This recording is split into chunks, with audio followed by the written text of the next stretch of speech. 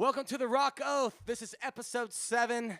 I am your host again, Mike Schoen, lead singer 22 Salute. We have a special episode today. It's an honor to give you guys right now Chris Garza of Suicide Silence. How you doing, brother? You good, man? What's up, dude? Dude, I'm just stoked to have you, man. I'm stoked to be here. Thank you for coming. I know in your schedule and stuff to come to a little podcast like us right now, it's not always it means a lot. Thank you. So it means a lot for the invite, man. And for me, it's a short drive, so I'm pumped. Yeah, you live right down the road. So Yeah. So Chris Garza is in the house. This is my favorite episode already so far. Cool. So y'all stick. Oh my God.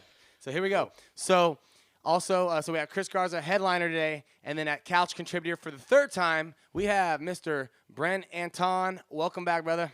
Hello. He's back. And third time, he's a fan of Suicide Silence, so he had to get in here, and we're like, all right, Brent, you're back in. Been listening to him for years, bro. What's that? Been listening to him for years. So so what better person to have on the show? So, all right, guys. Well, so Chris, we're gonna go before we get into the set list, which is everything we're gonna do today. I know people have seen your interviews and stuff, and your fans know all about you. But for people, especially that might not be as familiar, would you tell a little bit about yourself for our listeners? Well, we just came into the new year, 2022. Thank you for the volume. I appreciate that. Yeah. We're going on 20 years of Suicide Silence. All right. And I started the band when I was in sophomore year in high school. I thought about that before I drove here. I'm like, what year was that? It was I think it was a sophomore. 2002, sophomore. Yeah. And then I just been playing guitar ever since. And here I am. And that was it. I got really lucky with where I was born, which I was born literally about 5 miles south from here. And I met the future members of Suicide Silence. I met Mitch in my garage. Oh, really? And then once he was in, it was pretty much over. And then we went really hard. So you and Mitch were the first two members, would you say, of Suicide Silence? Yeah, I met the first singer of Suicide Silence on AOL Instant Messenger. Oh, Instant Messenger, dude, that's what I used. Yeah. Everyone, Instant Messenger. I met shout out to Tanner, and I met him on AOL through a friend that I met at Chain Reaction, and I know him. He said he was a singer. Mm-hmm. He said he liked heavy shit. We like bands like Eternal Suffering, Slipknot, Skinless, Korn, Camel Corpse. So I was like, okay, perfect, you're in. And then he fucking picked me up in his big ass green truck with another guy that would go on to play drums in Impending Doom years later, and then that was it. And then Tanner introduced me to Mitch in my garage. Okay, and then Mitch came in, and then it just... And that was over. Then here we are. Then it was pure chaos, yeah. Oh, jeez. And for our listeners that don't know, our viewers, Chris Garza, he's in the legendary deathcore band Suicide Silence. They're huge. They've been going since 2002, like you just said, and they haven't stopped yet. We'll get into all the details with the band. But and also he's in the Chris Garza Podcast. That's what you do as well now. Yeah. I know. I understand how hard it is what you're doing, which is what inspired me to actually come here and do this podcast. Really cool. We're all hanging out, we're vibing, drinking. Oh yeah. The production is stellar. Thank you. So it's cool. Yeah. Thank the crew here. Yeah, I understand the audio and the camera work. So when I saw that. And I got hit up by my good friend Brandon Mendenhall. Yep. Shout out to the Mendenhall Experiment. Shout out to Brandon Mendenhall from the Mendenhall Experiment. He hooked Chris up and got him on the show. Or he told Chris about us, and I'm thankful that you decided to say yes because, dude, I mean, some small podcast that just hits you up, it's like you could just, you could have just been like, no, it's not my thing or something, but you came, man. So no, I've been there and I'm still doing it. Hitting up guests is the hardest thing of this whole thing. Yeah, so you knew how that was, and me asking, you're like I'm in. good. Yeah, Thank you, man. I Thank get you, it. brother. I get it. It's tough, man. It sucks. Yeah, yeah. I was telling you earlier, like musicians are inherently lazy. You A know, lot of them. Yeah, yeah, yeah. they yeah. are. I I mean, could give. Yeah, I have a whole. dude, it's lot, it's yeah. tough. And then when you I don't know where it kind of blows me where I don't know where it happened. I think musicians used to be really they would hustle. You know, like imagine being in a band in like the 60s or 70s. Like if you were in a town, you had to go to the radio station Oh yeah, and it wasn't and, online. It and, wasn't and sitting promote your band. And someone online, bands stop doing that. They roll into a town and they fucking wake up whenever they want and they play the show. I don't know where that happened. that hardcore like passion of like just is present anymore. Like It's that. not. that- It's not, and that also inspired me to go on my journey is starting a podcast and kind of bring that shit back. If you're in a band, you're in town, do something. Yeah. Because if you're a band on tour, and you're making records, you're doing what you're supposed to do. Yeah, I mean that's like the It's like definition of what you do. You shouldn't be expecting credit of what you're supposed to do. I mean, we all go on tour if we're lucky, which is if you're in a band, you're lucky. You go on tour and get signed, and you go out and make records. You're on another short list. Yeah. But you want to go to the next level. Yep. Well, you got to do more. You have gotta to. grind. That's the word. You gotta grind, man. It's grind. That's all it is. Yeah, a lot of bands I know they because of the internet they can just do whatever online and then they don't have that ambition, like the Yeah. fire. That you see, it seems Yeah. like even though they didn't have the technology, you think of like you said the 60s, 70s, those bands just had that fire. Like you feel like they just had that like do or die. Like Well, not it that took, our it bands, took a lot more to get noticed. So yeah, Yeah. there wasn't like all these different routes like there is now. There's so many markets because of online and because of social media and everything. But back then, it's like Yeah. you had to come through this little tube to blow up. Like so, everyone was Yeah. like fighting like tooth and nail to just be that Totally. next band. Totally, yeah. Our phones, our cell phones, and the internet. It's a tool. Yeah, It's not everything, Yeah. but it's a tool. And I think somewhere along the line, people expected the tool to do the work for them. yeah. But People get comfortable. They start getting Yeah. dependent. Imagine if this went Yeah. away and then it was like, what now? That's a good thing to judge your bands. Like, hey, what if all of a sudden social media went away like on a dime? Now, what do you guys Yeah. do now? So that's another. start posting flyers everywhere. Yeah, dude, we used to do that all the time. When we used to- Yeah, posting flyers. Yeah, I remember Mitch was really big on that, like just printing flyers, going plastering it. this going in front of every big hardcore show at Showcase Theater and Chain Reaction, and I definitely back then respected his hustle. Mm-hmm. So he's passing out flyers, man. Just doing it. Yeah, Demos. His personality was definitely a just all balls to the wall, just like let's go. So he probably was Yeah. just Yeah, he's the only person, which actually today, in my life, to this day in my life, where I met someone that had the same obsession and passion for that kind of music as me. yeah. And you're like, that's why it just clicked. And Yeah. that's sick. And you guys were probably just good. That bonded you, and then Musically, musically. yeah, you get bonded musically, and then you kind of become friends later, and then you. Yeah. That's true. Yeah, that's and, right. And like it's like an unspoken marriage. Yeah, exactly. See, we're trying to hang out, start a band, but we didn't know we're gonna be married till we fucking die. yeah, You know, yeah. it's fucked up. Dude. And we'll get more into all of that, the more big details and the more intricate stuff we'll talk about. But real quick, so I'm gonna Brent. He's a couch contributor again, but he's been our couch contributor 2 times. Brent, say a quick thing about yourself again. I know that our guests already know all about you, but say something fast for us. I'm just actually now Mike's roommate, and Oh, yeah. Mike and Mark, moved in. 7 so days it's ago. been going Or 8 good. days ago. Cool. It's already been a party, bro.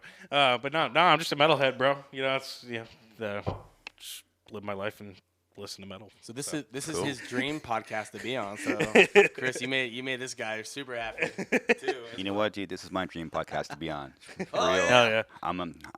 I'm a guest. I'm lucky that I'm even in a position where I can even be asked to be on a podcast. Dude, yeah. So- and so- you're not just like, I'm not just like, hey, I got to find one of my friends to be on the podcast. Like, no, I like you are a very big deal for us right now. So Crazy. I'm stoked. That's pretty and, crazy. We're gonna get into some good stuff here. You are a god. You are Jesus Christ. No, I'm a burrito. If you were any type of food, what would you be? I would definitely. If I could eat one thing, want breakfast, your lunch, and dinner It would every be- fucking day, it would be bean and cheese burrito. Really? That's From it, Taco dude. Bell or what? Anywhere. Yeah, what the heck? Anywhere.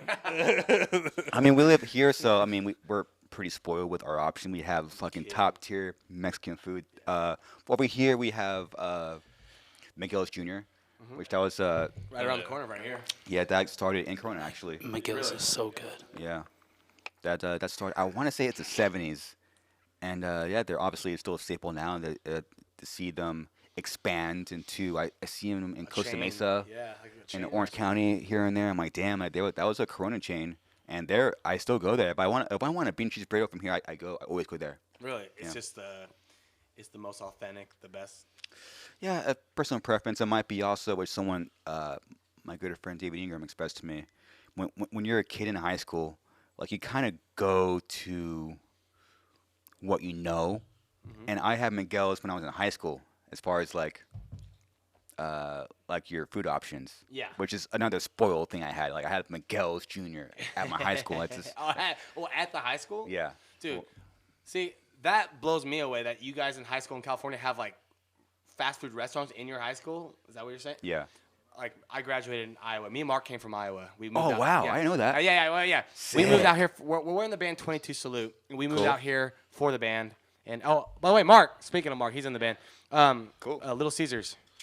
Are you going? Okay. I know we're bringing Little Caesars into the podcast. So Cool, man. Thanks, Mark. Appreciate thanks, you. Mark. That's my brother. Love you. But yeah, no, we moved from Iowa, and dude, a fast food chain in a restaurant, dude, in a school, that's like unheard of. Like my graduating class was 55 people. Like my high school, Wow. middle of a cornfield, dude. Like 2 hours northwest of Des Moines. That's where when we started, we would play in Des Moines a lot. You know, you're wearing a Slipknot shirt right now, so.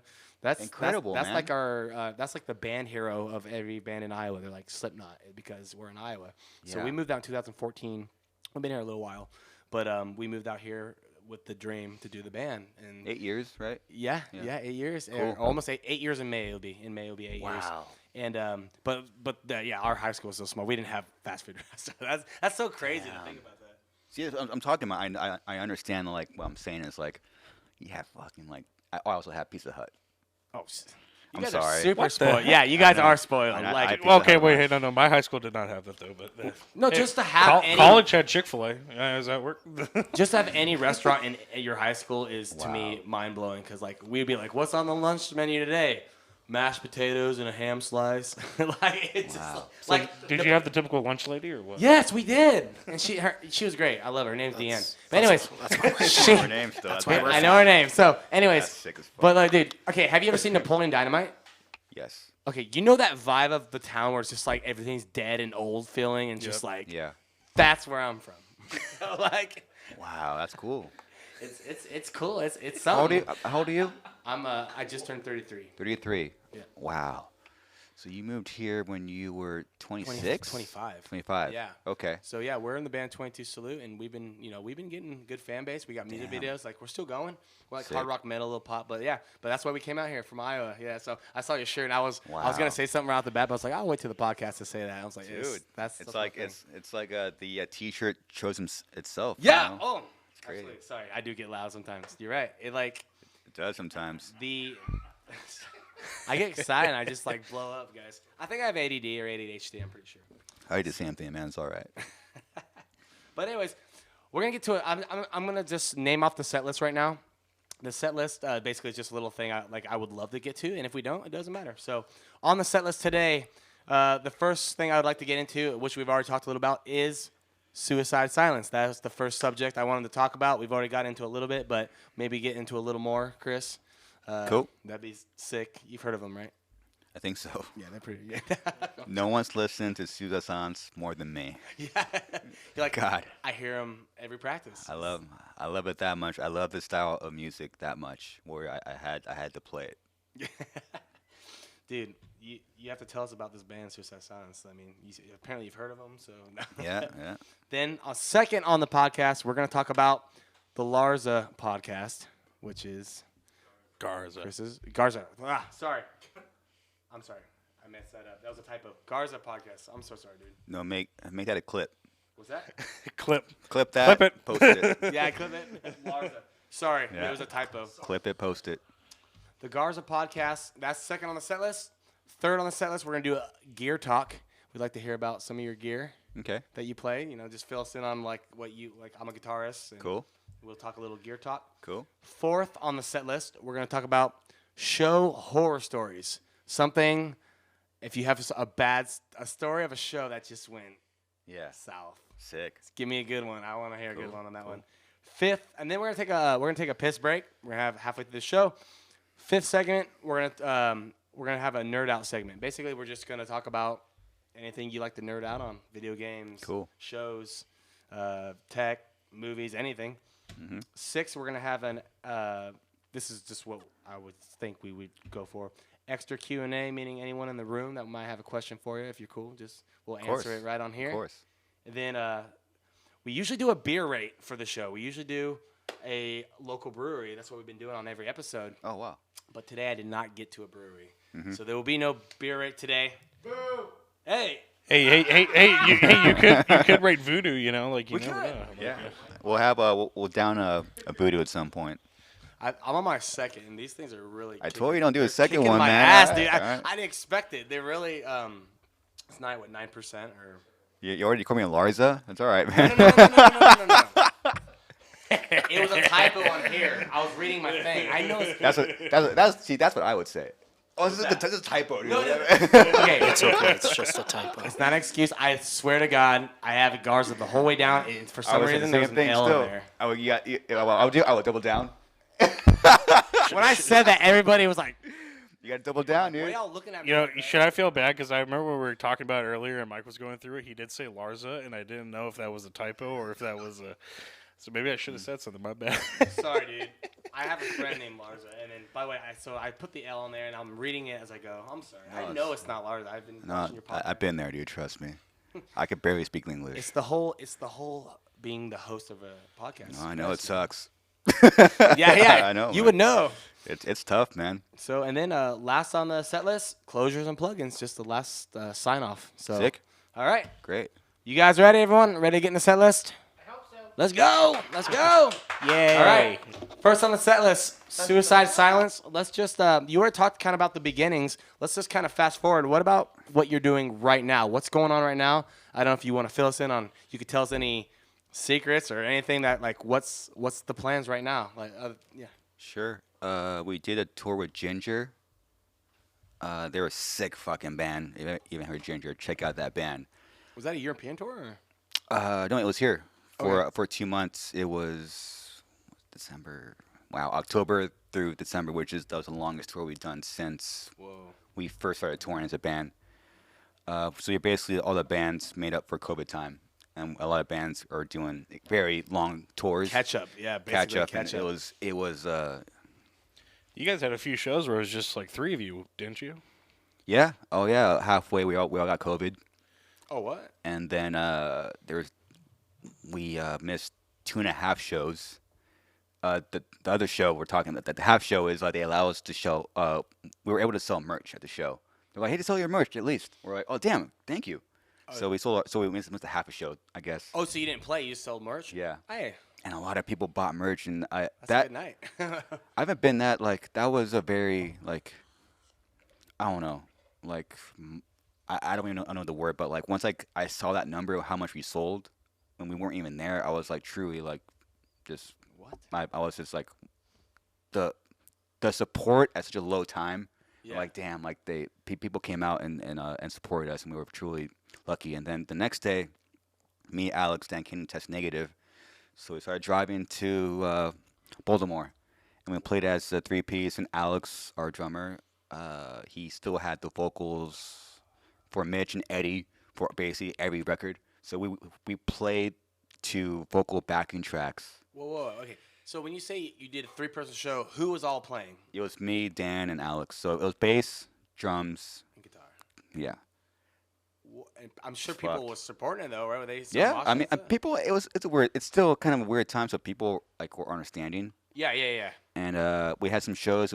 Some songs. It was just instrumental. Some had Mitch vocals. Some had Eddie vocals. Really? Yeah, it was. Yeah, it was. And luckily, we did 3 shows like that. Dude, And that finally, Mark and Eddie tested negative, and then they hopped back on. Good, dude. The fact that you can do that, you can actually do a show with those backing tracks. That's impressive. That's pretty sick. Well, unfortunately, we had experience already with doing that. One of the last shows we played for the Mitch Memorial, we did a Deftones cover, which we did live with Mitch a lot, and then we just played his backing track as one of the closers to the song. So basically, there was no one on stage singing, and we just played his backing tracks. Yeah. And we would, if you're not unaware of SS, we're one of the only bands in our genre that doesn't really play the click. Oh, It's just, hey. we just go. So that track that Mitch sang that we played Was for that on a click for No, recording. it it wasn't. no, it's live. So we took a live track, Shit. no click. It was just so we were playing to his vocal. Whoa. So you had to be dead on. You had You'd be to- listening you had- every you had to be split second to make sure you're listening. right on with him. Yeah. That's pretty cool though. Yeah, that was at the Fox Theater. It was nuts, dude. Dude, that is intense. And then so you guys just did that tour, and that was only how many shows did you do? The 3 guys? On Yeah, it that was just tour? 3 shows, Just 3 thankfully. shows. Yeah, that would have been a long tour, huh? If you had to Yeah. do that every... Yeah, I think luckily people understand. It's still like, you gotta kind of dance around the dumb rules that are out. Yeah, dude. And that's a whole nother conversation. Yeah, it's tough. It's tough, man. But luckily, our situation was very minimal. Yeah. So the opening band missed like 10 shows or some shit. Whoa. They had it pretty bad. What So we got lucky. for that tour, was every place different for the crowd where they had to have a proof of vaccine, or was the whole show proof of vaccine, or did it matter? Did it depend? Yeah, we're talking. Different states, different. Yeah, you can't listen to news, man. I mean, Oh, yeah, no kidding. obviously, you would be surprised. Some people watch the news as fact, but every state was don't. different. Every state was like some were anal, like okay, you gotta show up with Your a vaccine card and then test. Some didn't, nothing. Yeah. So it's just And you're like, as long as we got a crowd. yeah, as long as it's like this unspoken thing. I think if you go to a show, and this was a question I was asking people I would see out. I'm like, what would you want? Would you want a band to cancel if someone got COVID? It's like kind of like the Yeah. like that. It's like the unspoken thing. If you show up, if you're a fan, and I've done it. Like if I'm a fan and I go to a show, it's an unspoken agreement. It's my risk. I'm going to have a good time. Yeah. That's it. Yeah, absolutely. It's Absolutely. No, I'm kind of over everything myself. We don't have to get into course. the whole thing, but like, course, it's we're tough. we're frustrated kind of because like we've been playing shows in Hollywood now. You can't. All your fans would have to have a because we haven't been able to tour too much. We play a lot of times just Inland Empire, Yeah. Orange County, Hollywood. Just but yeah, like for the Whiskey a Go-Go, that's one of our spots we like to play at, and it's a vaccine. You have to have proof of it. Now, that's cool and all, but like I know that like we're only gonna have a small portion of our, like not everyone has it, so Yeah. that's kind of the thing. So we can't play in Hollywood now because we know we're not gonna draw enough, because some people have it, some don't.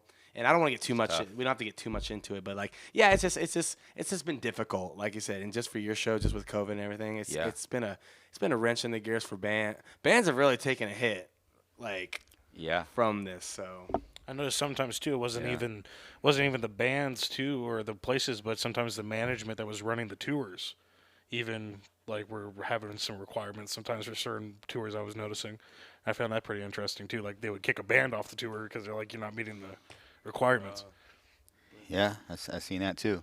yeah, you've probably seen it all. Oh yeah, yeah. I think if you're a band on tour, if you're lucky to be on there, like you hear people complaining, you're like, dude, did you not learn anything the past 2 years?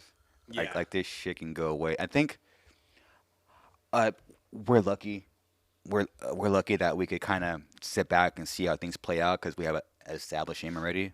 Yeah, But a lot of bands are still doing the grind, and they need to go on tour. And that's literally the only reason why I wanted touring to come back, because I saw how it was affecting other bands. I'm like, oh, this is pretty horrible. Like, Yeah. bands are affected. They need to go on tour, and people need to go to shows. Yep.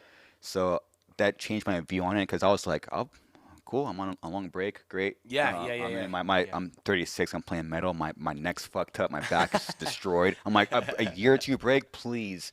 But then my opinion changed very quickly when I realized, oh shit, like, the suffering going on for mean, the people with the music, even the beginners of the dream, and they're like, I'm getting shut out now. Yeah. Unfortunately,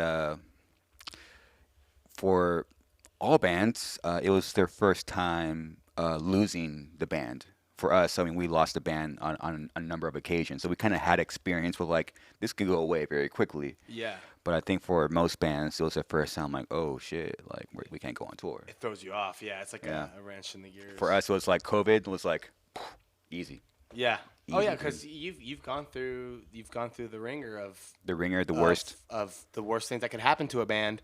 And like our viewers right now that might not know much about your guys' band, Mitch Lucker was their original singer, and he passed away 2012, correct? Yes, it's been 9 years. Yeah, 9 years, and that obviously that's the biggest wrench you could ever get of all the wrenches in the gears. Yeah. And I'm not sorry, I was just saying, like, that's but yeah, so and he's a legend now. I mean, he was a legend at the time, and now he's just like, so you guys you've moved on, but that you know what it feels like. So when COVID hit, you're like, oh, we've been through this, but like you said, not every band has. So absolutely. Yeah, and then imagine it being taken away, and then you have a worldwide opinion saying you're going to fail. You know, is that what was happening, or? Oh, I mean, the worst thing you could think of. And then so when COVID hit, it's like, oh, this is easy. It's have like, year or two off. Yeah. But again, like, my opinion changed when I saw my friends being bummed out they couldn't go on tour. Yeah. Or have some some drive. Mm-hmm. I mean, once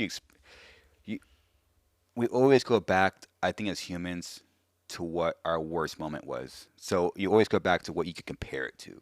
Yeah. We have a lot to compare it to. Yeah. And I wish, in a weird way, I kind of wish most bands had that. They could have a shitty moment that they could kind of look back and, like, make them appreciate what they have.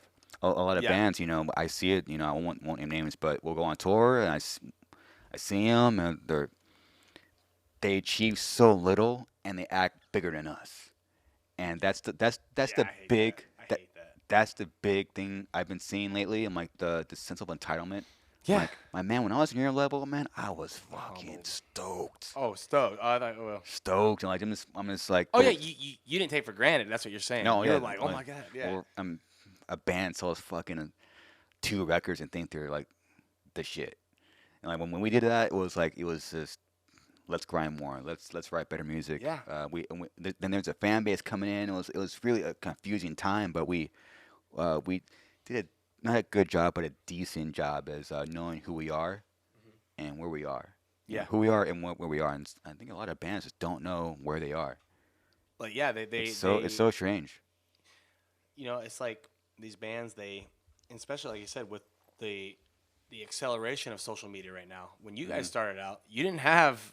I mean, like MySpace was a thing you used, but it wasn't like it is today. Today, it's like everybody's on Instagram trying to be famous. Like it's just so easy to throw your stuff up there. So it's almost taken for granted. And then once you get a few thousand or whatever followers, they're like, oh, we're rock stars now. And I don't know. There's like you're right. There's like a self entitlement like thing with these bands. And and it's good.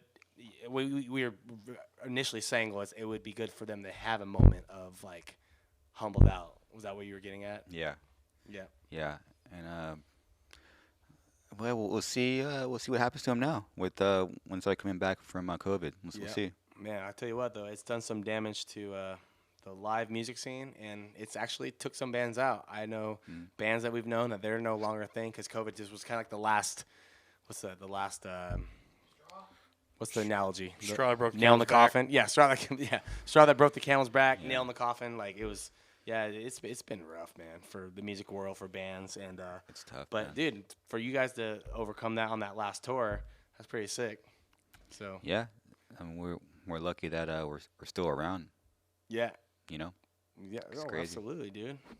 Man, when I told people we were having you on the podcast, I had so many friends like, what the hell, man? Like they dude, you That's guys awesome, man. You guys are on it. Wow.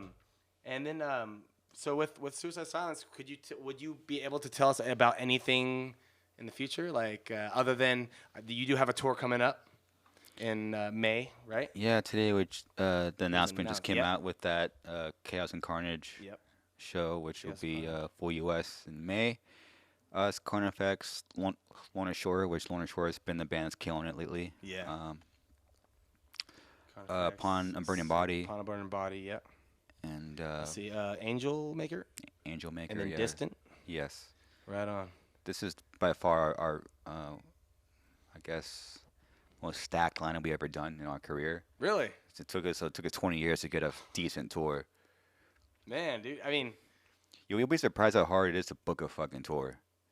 oh, That this small band won't play over this band is fucking the ridiculous, politics dude. behind it. It's ridiculous. Yeah. I can imagine. You sold Okay. 2 records, dude.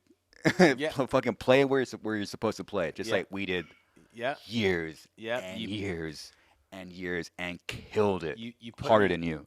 yeah. You can't get a big head. You got to say, okay, this is where we're at right now, and one day we will be there. You know. Yeah. And Yeah, that's, there's so that conflicts with touring scheduling, huh?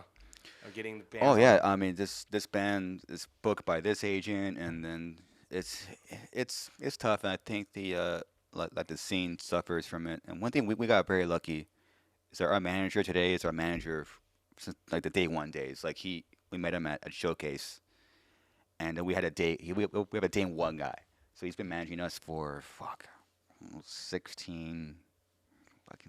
17 years. Oh wow. And he's never blew smoke up our ass. When I see the managers are on cocaine and fucking blowing smoke up this band's ass, this band's, oh, you're gonna fucking, you're bigger than that band, or this booking Yeah, agent because is. they were looking out for their own ass. Yeah. And it's just we've done many tours where it's like, we'll fucking play lower, I don't care. It's just, Like, get us out there. it's just, Because- because the music always has the last say. Yeah. And Time will have its way. yeah. And You know? and if these bands are like, oh, we should be up on the headliner, and they're not, it's like, okay, well, prove yourself. You have the stage. Let's see what you got. You'll be surprised how many bands don't do that. Yeah. What they just like these. They won't put in the time, and you gotta do multiple tours and years of playing below where you think you are, and then you gotta. You gotta kind of. We were just talking about nails in the coffin. Mm-hmm. You know, I'm very lucky to be in a band where there is no nail in the coffin. There's not a number of nails. There's not a last nail you can hit because we will take whatever thing that comes at us and keep going. Yep. No matter what. We've had a lot of money. We had no money again, and shit comes and goes. Fiancés come and go, and the whole nine. And But what stays consistent, right? it's their love for music, and I think wherever like the foundation of the band is, as long as that's there still, Yep. the band will keep going. Yeah. And you're kind of that for the band, huh? Would you say? I guess so, yeah. I mean, you are the last original member of Suicide Silence. So you're kind of that. What's the word? The what? Glue. The glue. Oh yeah, just you're that. Glue, I I mean, guess. because I don't think you ever would the way I've the way you talk. But like, if you hypothetically ever just quit the band, what do you think? I mean, would it? The band will be over. Yeah, I was thinking that. Yeah, Band will be 'cause you're kind of the glue. Yeah, that's what they just said. I'm always trying to come up with these analogies, and they're just Because not you coming. need each member of a band will have, if you're in a successful band, I think each member will have their own strength. You know, Yeah. and I think a good foundation of the band, which thankfully, for me, you know, Suicide Silence to me was just an idea in my room, Really? an idea concept, and then Did you come up with the name or? our first drummer came up with the name. He said Suicide Silence. Remember, we were in our first singer's house. Remember, he said it. I'm like, all right, cool. Really? And a lot of the best decisions you make in your career are those no-brainer, half-second. Oh, okay, cool. And then it just works. Those are the ones that stick, and the ones that you like kind of like strategize and like, oh, this way, like. Yeah. Sometimes it doesn't come together like And you envision it, but the stuff that's like you don't think about, it's like, whoa, that was the thing that we overlooked it. When you mentioned like the first drummer and came up with the name, was that the?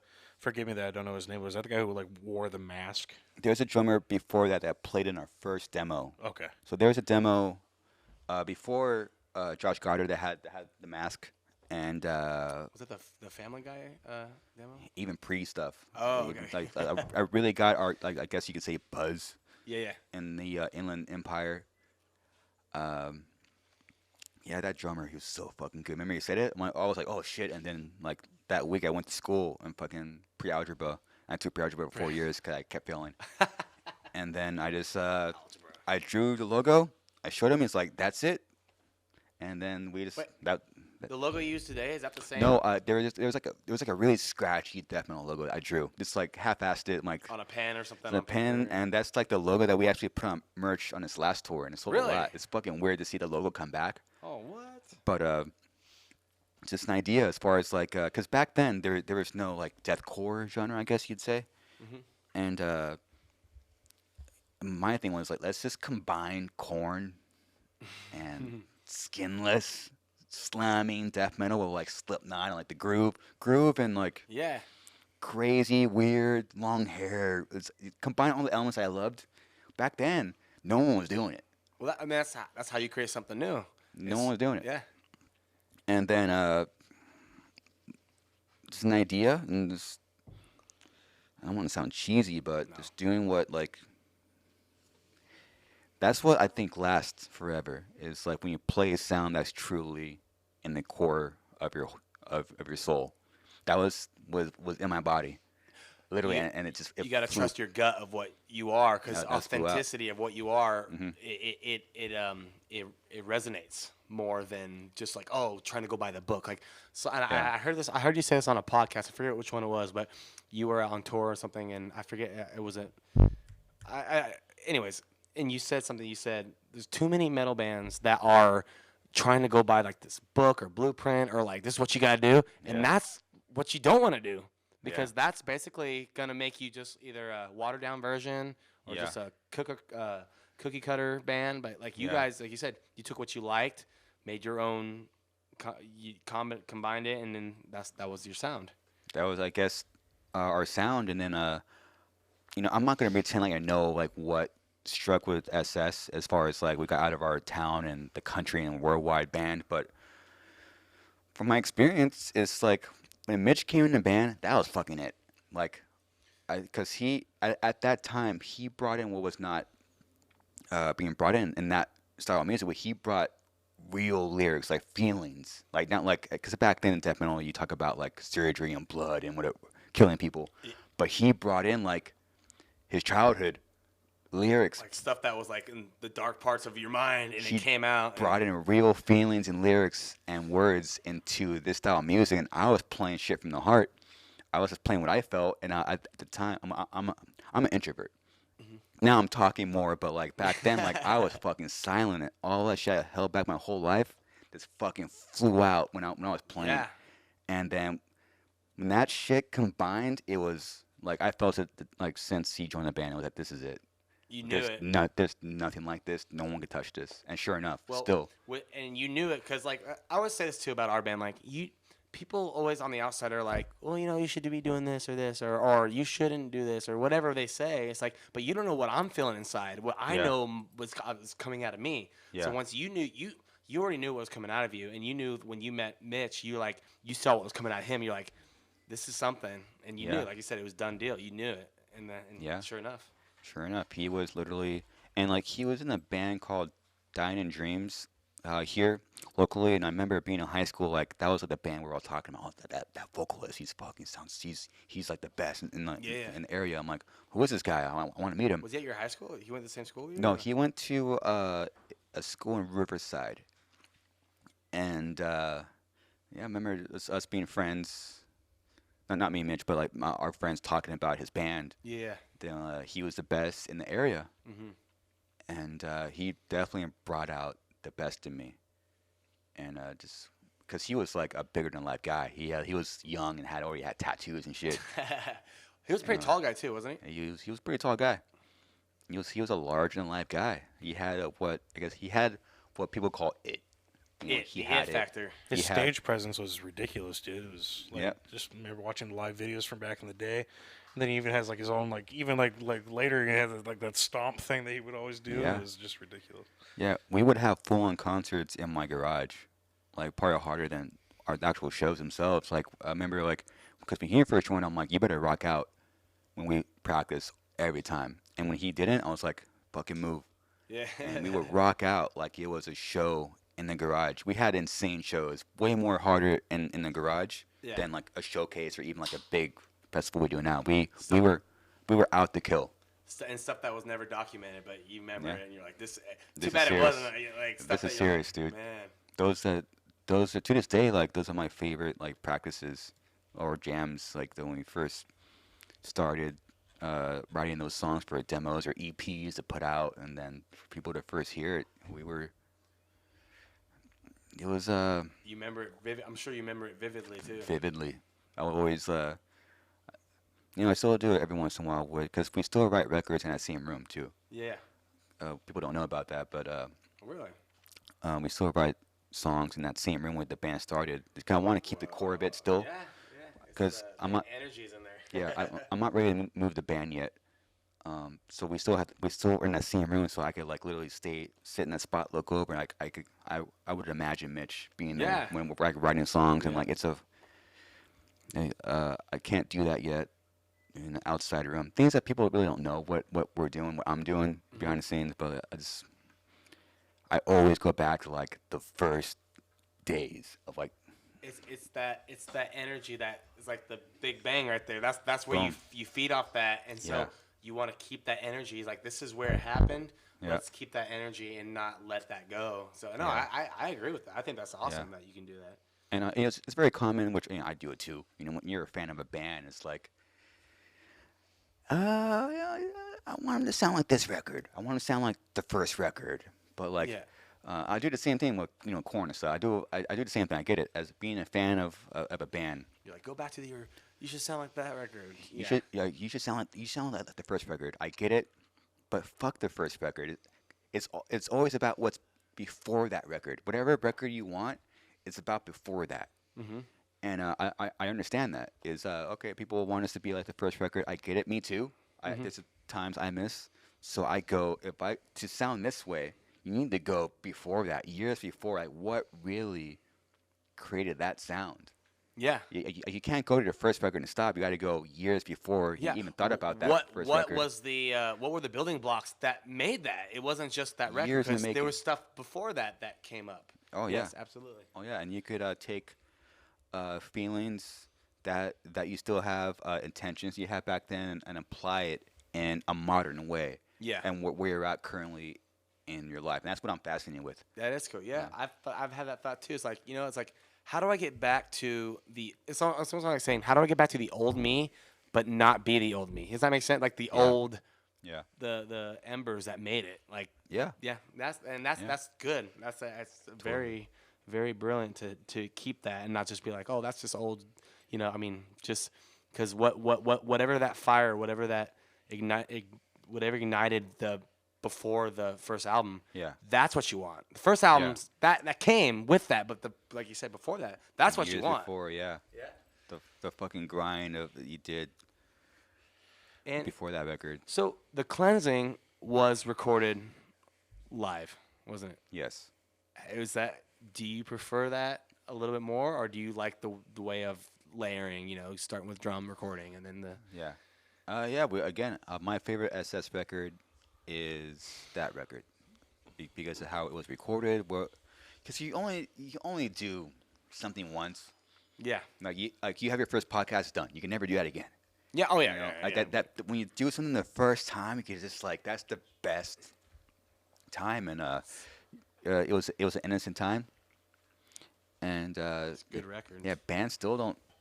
Bands took what the genre was, and it's like something got lost in translation. Like we just wanted to capture a feel and make it heavy as possible, Yeah. catchy, and we just in the same room, which we still do. We'll just we still write songs in the same room. We looking at each other. I get it. It sucks. It's hard, man. It's fucking hard when you're dealing with energy from 4 other humans in the same confined room. It's tough. Yeah. It's weird. But yeah, that back then, of course, we were playing those songs all the time. So you're probably the best feeling was to just do it live. So you're like, let's record it live at that. And now was that at the time was recording when you recorded the cleansing live, all in the same room basically, just like isolated rooms kind of. Same room. Same room. Oh. Same room. Was that because that was just like a band practice almost like that same raw energy. Yeah. Now once you went to No Time to Bleed, was your second record was that? Did you do that? You didn't do that again, or did you just go back to the layering, basically? You always look back in your career and like you just wish you did things differently. It's funny, like a lot of people love that record, and I respect that. But that was like when the Cleansing came out, we went from bars to we're on a Mayhem festival. That's pretty That sick. unanswered music video. Literally, it's just when it comes to music and my favorite bands, I'm so fascinated by bands that when they get the outside noise and there's a fan base and there's thousands of people like listening to your band all of a sudden, and they can still, and then you have the boxery and temptations and negative shit that can still focus and make like a Follow the Leader or Iowa or Volume 3 or like I'm so fascinated because for us, we fall on our face. That shit was like, it was a lot. And I didn't know how to take it, Mm-hmm. And but like the first time you went like on Mayhem or something, where you just see a sea of people, like how'd that feel? It was insane. It had to be. It had to be. It was absolutely insane. And that tour, I look back on it, I'm like, did that happen? It's like a It dream. happened. It feels like a dream. Like your memory is like, it happened. Because I've been saying this lately, like, because people will kind of think it's like everything is like a conspiracy. Yeah. Like, oh, they're successful because of this, but I'm just a loser kid that plays guitar. I'm just a guitar player, dude. That's all I've been doing. I suck. No, yes. I've been literally playing as a kid. I just do this. I look up. Oh, okay, we're playing a bar. Okay, I'll do it again. Write a record. Okay, do it again. Oh, now we're in an arena. Okay, I'll do it again. It's like everyone's like, how do you do it? You're like, I'm just playing. Just headbanging, dude. That's Just all you do. playing guitar, dude. And then I just wish I had the. As we get older, you're 33. And you look back in your 20s or early teens. I'm like, man, I just wish I did this, or I wish I had this focus. But man, it was too focused. It's just impossible for me and everyone. Obviously, you have everyone was doing their own thing, and I was doing my own thing. It was tough. Yeah. It was tough, but obviously it was fun. We were fucking grateful to have that time, and grateful for the fans that drove out and bought that record, and No Time to Bleed and Black Crown and Black Crown. I like that record a lot. sick. I know, not to interrupt you, Mike, but I know like a difference between like the first album and then like the rest of the albums after that is when you had the addition of Dan Kenny come in and bass. Yeah. That first bass player, I'm not recalling his name, but like, are you still in contact with him, or like, is he doing anything? Mike Botkins, yeah, cool cat. He used to play bass in a band called Torrent then that I really liked, but yeah, he played bass on the first record, and then I don't think he just didn't want to be in a band that toured that, Vigorously. We're talking about the nails in the coffin. And I think he just had a different capacity. I mean, we still talk every once in a while. Oh yeah. We still talk. Well, that's the thing though with band members. Even if you can still be cool with the band member later on, but like sometimes you're just not on the same page. Sometimes like it's just, and then we've dealt with that how many times. Drummer. What's that? It's a drummer. Drummer. Yeah, drummers. Oh, don't get me started with drummers. Yeah, it's been like the Achilles heel. It's like, no, dude, we love all. Actually, it's funny. We're pretty much friends with all of our drummers still. Great. So, where's he at? Where's Josh? He's one of them. Attaboy. Did he leave? There they go. By the way, there is Little Caesars, everybody, over here. They went to Little Caesars. There's 2 pepperonis and 2 cheeses. Oh, bro. they They went. back? They went out Oh, to the. wow. They went out to the garage. I remember. Oh, did this. they? What are they doing in the garage? I don't know. Drinking beer. I don't know. You don't know that. Sick. We don't know that. So the cleansing, No Time to Bleed, the Black Crown was all under Mitch's vocals. Yeah. Some people, I wonder now. Once Eddie came in, did you ever get that backlash of, you know how metal fans are? Oh, of course. Yeah. I was. Yeah. I did the same thing. Dude. They were like, it doesn't matter who it would have been. They would have. Oh yeah. I could have got the best singer in the world, but which I did. But to me, like when I first heard Eddie's vocals over a song, I knew that was it. Yeah, that was this is it. the guy. And things that you can't explain things to the masses. Yeah, you can. You Because there's a can't. big mob mentality out there. You can't just be can't. like, and they all understand. It's just You can, and I knew right off the bat, if this happens, it's gonna take Eddie 3 records at least to put his. to find a spot. Yeah. As long as he stays in here and the fans come on for the ride, we will be all right. But I'm not expecting him to put out this next record and then kill it. If he takes the backlash for years and 3 record cycles, I think we will have a shot. I was wrong. It's gonna take him more than 3. Oh really? Oh shh. And but he's been doing a great job. He's been killing it. Yeah. Oh yeah, dude. I love the everything after Mitch. I think it's great. Like he is killing it. Great vocalist. Like great screamer. Great like.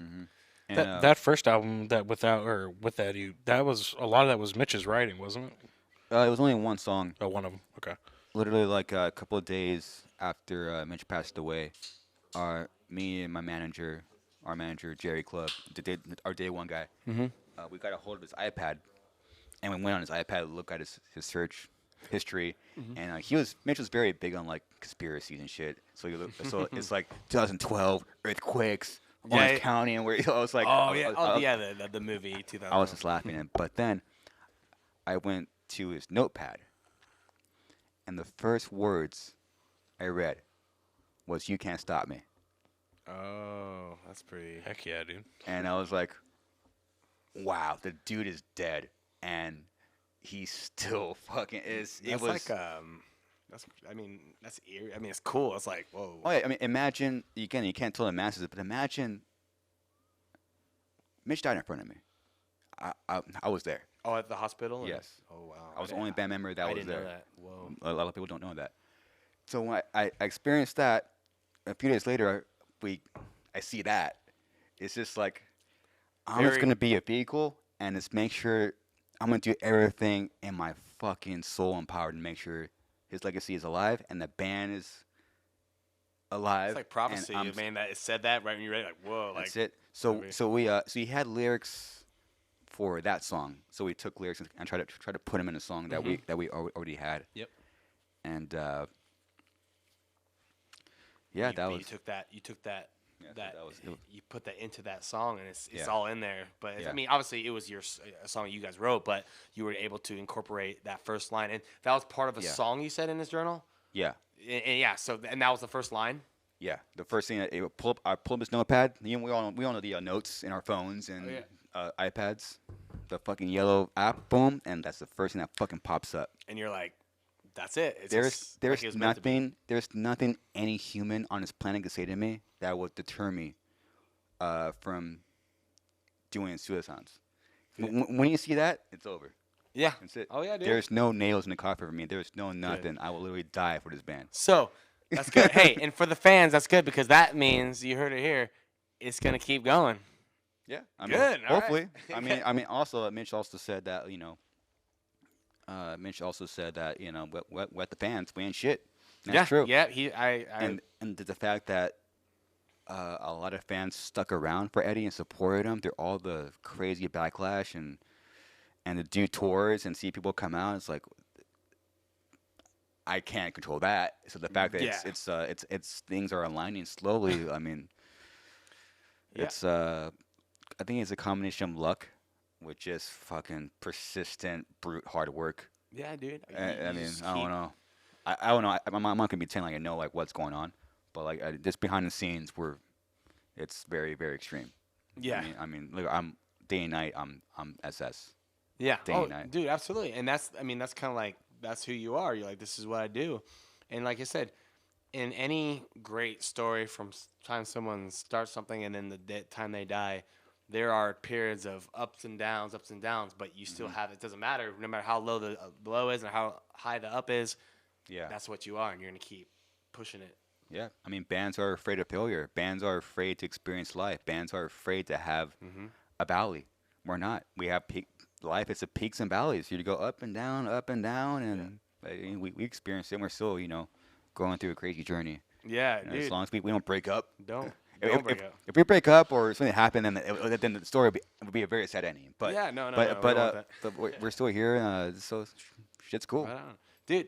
And so after You Can't Stop Me, Suicide Silence came out in 2017. I was listening to that today, and I actually, because I've been doing my research and listening to albums more than I ever have, and I started with the Cleansing, of course, and I kind of made my way down. I started going down the line, and Suicide Silence 2017, I enjoyed that one. I not to bring that up, but yeah, I had some mixed reviews or something. There was some things here and there, but Yeah. I don't see that. So, then Become the Hunter. That was your latest one, Yes. and that one, I love that one too. I love the production on that one. Cool. I love. It was. Let me get back to. I thought that was a great album for Eddie. Like, I know you were talking about like how many albums can it take, but I feel like that's like one step closer for sure. For Eddie's work. Yeah. Dude. And people don't realize that for that record to be made, you got to do the self-titled. Yeah. It always goes to like, you ever seen the movie Men in Black? Yeah. Okay, the first one where Tom Lee Jones is about to recruit Will Smith, and they're on the park bench in New York. Yeah. Yeah. Okay, and then Will Smith asks Tom Lee Jones, "Hey, why not tell people like the secret? They're people are smart, like they can handle it." And Tom Lee Jones says, "The person is smart, but people are wild, panicky." It's like so fucking true. I mean, I'm so glad you said that. Go ahead. I have yeah. Mark says this all the time. He goes, "Mike, people are smart. Groups of people and crowds are stupid." Yeah. Sorry, I didn't mean to interrupt you. yeah, I mean, I'll be on tour. I'll have a conversation with like people, and then like, you get someone will just generally ask you questions about the self-titled or Mitch, and I'll answer them. They're like, "What? Like, why don't you say that out loud?" I'm like, you even if you do, like, it's taken a different way. So, I mean, luckily, that's why I'm honored to be a part of your podcast. You can never say something enough, and this is a subject where I just gotta say it a million times. Say anything you need. Let it out. Say it a million times, and just again with the self-titled. When we're writing that record, I knew like this is not gonna be well received, obviously, but I didn't care because I cared about that was our fifth record. Mm-hmm. If we do this now, what's our ninth record going to sound? What's our 15th record going to sound like? Where are we going to be at in 20 years from now? And we write this record because at that time, it was a very confusing time. I mean, we got, I guess you could say, new singer with Eddie, the record prior. Mm-hmm. And then, the way we wrote music was very like, that was the first time in our career where it's like we wrote music in a box. Oh, it has to sound this way because this or that, or it's because we got a new singer, so it has to be like a certain way. Mm-hmm. That's the first time we ever done that, and that's not Suicide Silence. We go in a room, we play from the heart, make it heavy as fuck, and that's it, and we put it out. People like it, great. We don't. Yeah. Wait till the next record. Oh yeah, well, dude, and there's always gonna be you're always gonna try something. I mean, and that's good. You got to experiment and stuff, and sometimes it works, sometimes it doesn't. Now, would you say the self-titled Suicide Silence? Would you say are you? And I hate to bring. I'm not trying to be too personal, but like, are you like still proud? Like, for instance, like any record that someone comes out with. Not to compare the two at all, but like Metallica, Saint Anger, it seems like they even are like, yeah, that album. But like, some people make an album and then they get crap for it, but they're like, I don't care what you say. I'm proud of this baby. Like, Yeah. would you say that album, you still have some moments in that where you're just like, this is my, like, Yeah, I mean, as far as learning stuff that's new that I could apply to Suicide Silence, that record is like top notch. Yeah. Again, like you can't explain things to the masses. That record was done at Ross Robinson. If you're not aware who Ross Robinson is, he's my two guys besides my parents. My two idols are Ross Robinson and Monkey from Korn. Like those are my. That's where I came from. Yeah. They were the biggest inspirations for Suicide Silence. I guess you could say deathcore. And so when we had the opportunity to record Ross, it was a no-brainer. Like, yeah, absolutely. and it was discussed in the garage, the same room we recorded the cleansing, wrote the demos. In the same room, we sat and talked. Get that pre-energy that you had. We talked like, let's just do a record and see where it goes to learn. Again, Absolutely. bands are afraid to learn. We're willing to learn and fail and then try again to make something better.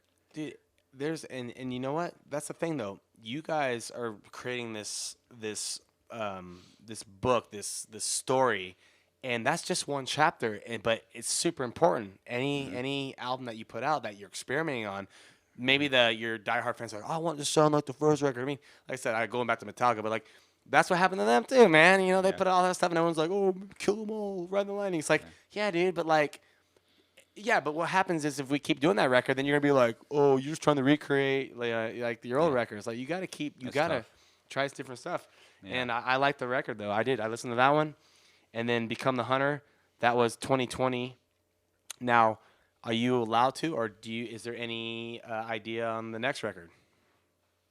Oh yeah, I mean, that's why when we're talking via email, I was like, I need to do this podcast as soon as possible because mid-January we're gonna start writing. Oh, so thank you for squeezing this in. Starting the whole. I know once I get in that process, it's pretty much just writing and podcasting. That's pretty much all we really have time for mentally. And we already recorded a couple tunes where we put it out in last week of February. We putting out a new jam. Are you gonna be putting a new single out in February? We'll Really? probably be putting out some singles. Really? And just wrapping up the writing process. We were writing the past year a lot. Really? All right. And, So is that is there any release date or something you guys are thinking about for a whole album? Is there any year or any time you think? Are you gonna just go singles right now? You think? Yeah. It's tough to say. All I know, we have the 2 songs we'll be putting out very soon, probably before this tour in May. And it's gonna be on the tour. Are you gonna play the songs on the tour? probably, yeah. You got to play. We've been playing one song on the Ginger Run.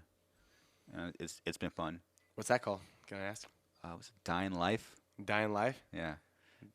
And that's gonna be one of the singles coming out, or? Yeah, that'll be the second one. I think the first one we're gonna put out a fast one that we're all stoked on. Oh hell yeah! And that's in February.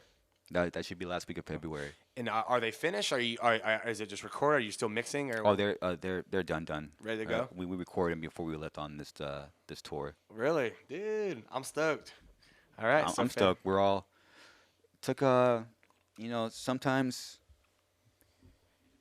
I'm obsessed with seeing a fucking glimpse of the next step.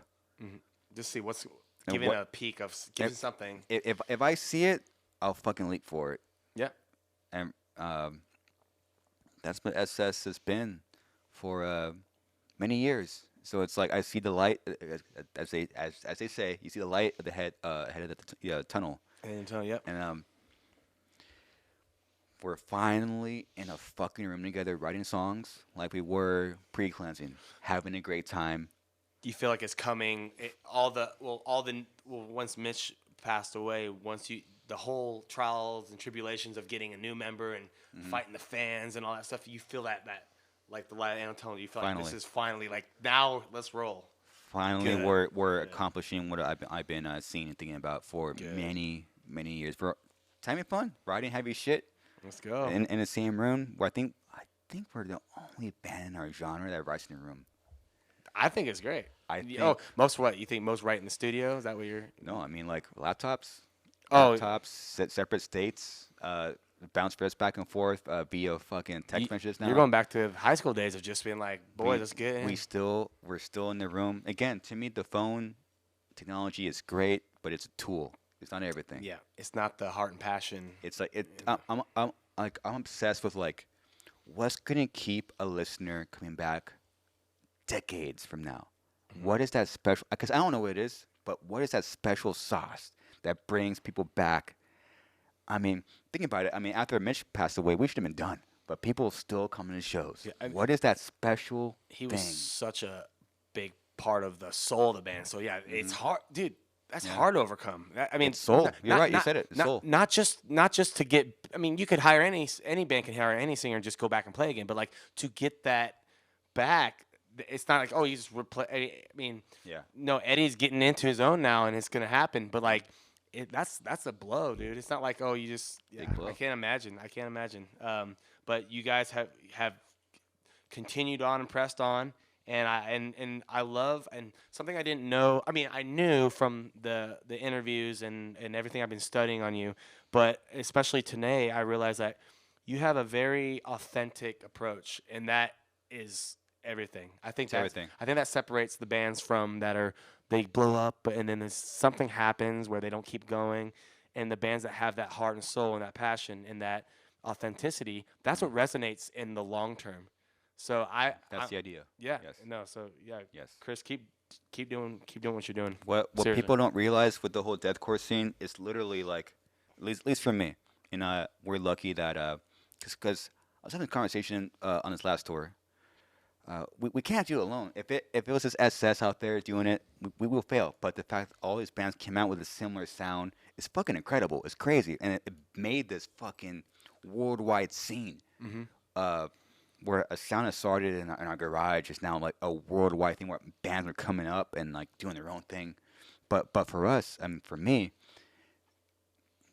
it was literally it's my heart. It's the sound I have in my body, and it comes out. Yep. So that's why we're still around, because I'm not gonna that shit does not go away. It wasn't business. It wasn't just like, oh, what will work? What can make money? It wasn't like that. No, it was like for us. It was like for me. It was life or death. You know, things like I'm just learning in my 30s how to talk to people and like being articulate. And like, yeah, dude, me too, dude. Trust me. Look at me on this podcast. I'm screwing up all over the place, dude. Dude, trust me. I've been there, brother. I know, but I'm not gonna lie though.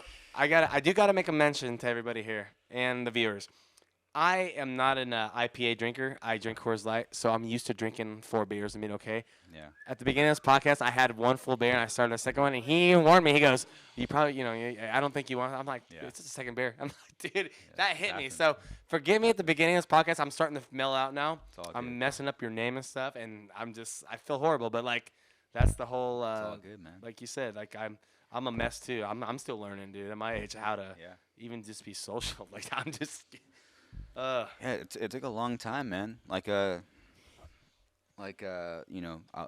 said this. I did a podcast recently. Shout out to Chappelle's World, Chappelle Lacey, a great podcast. I was saying that bands hide behind the band name, where they will other members will put all the pressure on the singer, which I did the same thing without knowing. That's what I did. I put all the pressure on Mitch. And when he was gone, I didn't want to do that to Eddie. I can't put all that pressure on him. I need to like, especially new coming into something that's established. That's a lot of pressure on his own. Yeah. So I went from talking nothing to like now I'm like I'm doing, dude. I've been reading books every fucking morning. I've been dumb shit. Like I'm going to the gym. I'm doing Muay Thai. I'm taking speech classes. Like I'm like anything that I can do to clear my head to make sure the band is fucking solid. Yeah. And I could, because now Mitch is gone. Now it's like I have to actually communicate with other humans, open up a dialogue to make sure this shit, the foundation is fucking solid. And that took years. You became the what's the word? The kind of the PR guy, like I guess. no saying like the sing. You know, your singer that was the person that was on the front. Now he's gone. Now they look to the one of the original members. Now you have to be that. Like I said, PR guy in a sense. guess, Like yeah. you gotta be. I'm learning. Yeah, You're doing good. I mean, you're here doing it, and But I mean, behind the scenes, I'm being. You get older, you realize, well, I mean, you gotta communicate with people. You gotta communicate. You gotta talk things out. And someone asked me a question recently, like, hey, what have you done that you never thought you'll ever do in a band? I never thought I would be a therapist, or like a or I'm helping not, someone else like get just- through something. Yeah, people want to fucking quit. People want to go home. People want to. And I never thought like I would be in this. When it's happening, and when something's happening to you in the real time, you're like, this is real life. It's happening right now. You're kind of like shit. You're like, wow, dude. I mean, I never thought I would be in this position right now. I'm talking with someone listening, but I spent years prior to that studying how to listen to people, how to talk to people, how to really help them. Yeah. How to communicate, how to really fix problems. Yep. And I never thought I would be in this position, but I am. That's great. Now I'm listening. What? Before it was me and Mitch not talking, and we're just again. I said earlier when we first started talking, we were connected to music. That was it. We didn't have communication skills. Now I'm talking to each member alone and like trying to make sure everything's good, making sure everyone. It's a little different because, especially as you get older, everyone has their life growing in Yes. different. I mean, because life Yes. happens, so everyone's kind of maybe it's Yes. not all in one spot. So Yes. to keep it contained, you have to do a little more talking and make sure everyone's A on lot the more. page. And Yeah. oh yeah, Yeah. That's a whole job on its own. Oh yeah. It's funny. I said to a band member on this last tour, and they didn't get it because I was drunk. It's all good. I'm a very decent drunk. I don't get angry or anything, but I was like saying like, you don't really know what I do.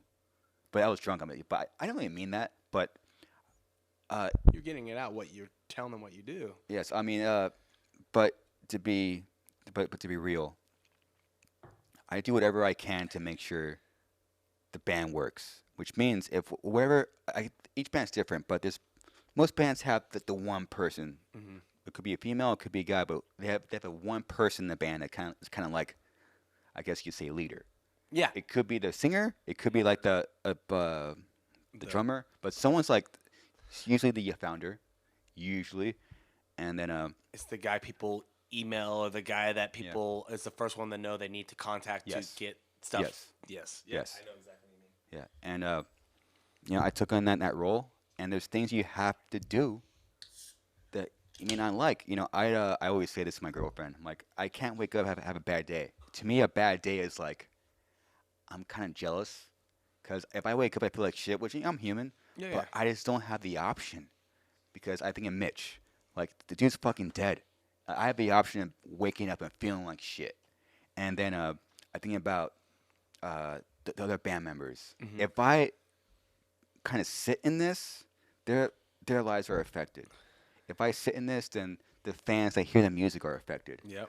Whatever I got to do to make sure the music is top notch and make sure I could be the best I can be for other members of the band, I got to do it. It's every day. You feel a lot of responsibility. It's like you have all these children that are relying on you, kind of thing. No, it's not that. No, but you feel like you're like, if I'm not all there, the band's not all there. Meaning Yeah. you feel like if I'm not on my A game, how do I expect the band to be on their A game if I'm not? That's how you're saying. Oh yeah, Yeah, the anchor. You're kind of the. I try to be. Yeah. And I do my best, and it goes deep, dude. Like remember, right now I've been in a committed relationship for 2 years. She's fucking awesome, but the woman before her, we separated literally right after Mitch died. Literally right after, Oh. and literally the next day I woke up, I went to fucking band practice, didn't say a fucking word. I was heartbroken, but Oh. I didn't even say anything. Just, Other guys in the band will fucking start drinking, like they fucking this won't even be at band practice, but cool, whatever. But for me, I'm like, I don't have this option. yeah. I gotta show up, and I gotta fucking You're dying Damn. inside, huh? yeah. It's just those are subconscious things you have to do. And you know what, dude? I'm lucky to even experience them. I'm lucky to be in a position where I could, go to band practice and hang out with these 4 insanely talented people. Yeah. Oh yeah. I'm one of the coolest bands in the fucking world. Yeah. Even if they're like being dicks sometimes, which I am too. Like if I'm having a bad day, I get to go in the room and jam with these guys and write music that people around the world will hear. Yeah. Little things like that kind of keep you going. Dude, I mean, you got fans in all over the world, dude. That's a great feeling, and that also should, and I'm sure it does. Obviously, it does. That should also always inspire you and just give you that motivation, even when shit's going hard. You're like, you know what? I have kids around the world and people around the world that are just like, they're excited for the next song, they're excited for the next album, and that should be that. Yeah. That's a motivation in itself, I would imagine. Totally. I mean, still being in the game and very lucky. Again, I always say that, but then like, money or not, I'm still here. Yeah. That we're talking about the subtitle. That record came out, I fucking lost all my money. To me, it's the same shit. If I look at my bank account, it's $0 or it's $1,000. To me, it's literally been the same thing. I wake up the same way. I write the same music. Yeah. It's just I've seen it, which unfortunately you can't like explain that stuff to like fans. Mm-hmm. I mean, bands, where like that's why I like talking to older people in the music industry. They experienced a career. Yeah, they had a ton of fucking money, and then they fucking made a little bit. Then they're back on top. They live in LA and shit. Like, so people like that help me out with advice. Mm-hmm. But literally, I mean, we were talking earlier. Like you'll see a comment like, "So how long you could profit from Mitch's death?" Oh, that's so stupid. And I'm like, what profit? Wow.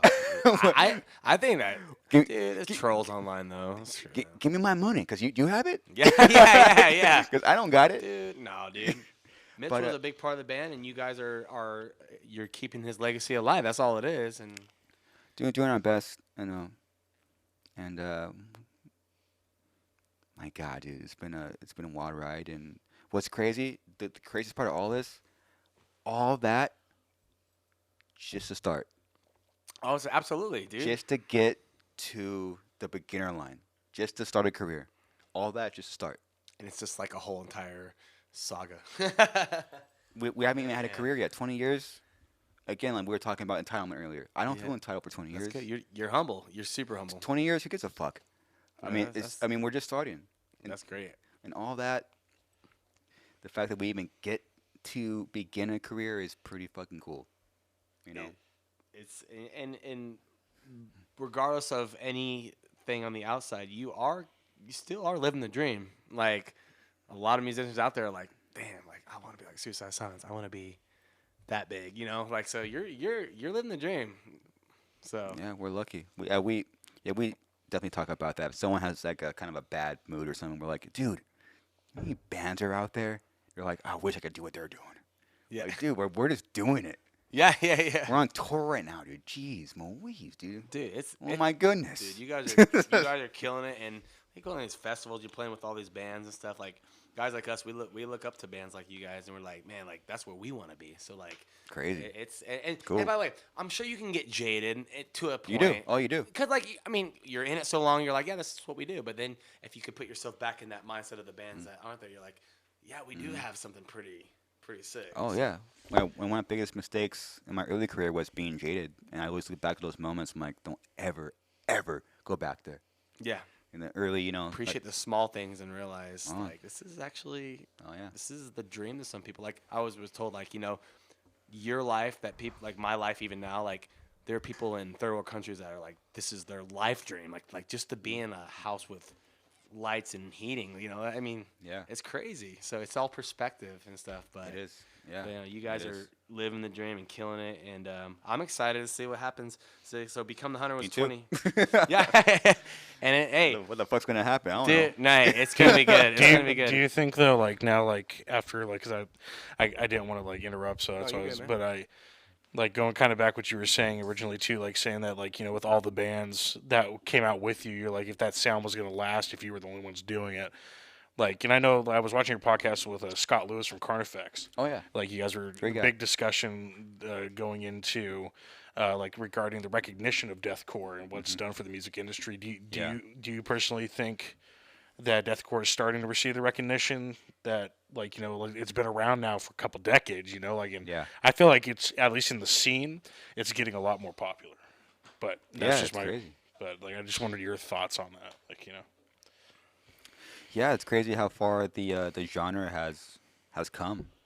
And we definitely can't do that alone. Like, you had great bands come up, like in our area. You had, like, the Carnipexes, the Whitechapels, and then now you have, like, Lorna Shore, Slaughter to Prevail. Like, bands are just doing really fucking sick shit, and it's really cool to.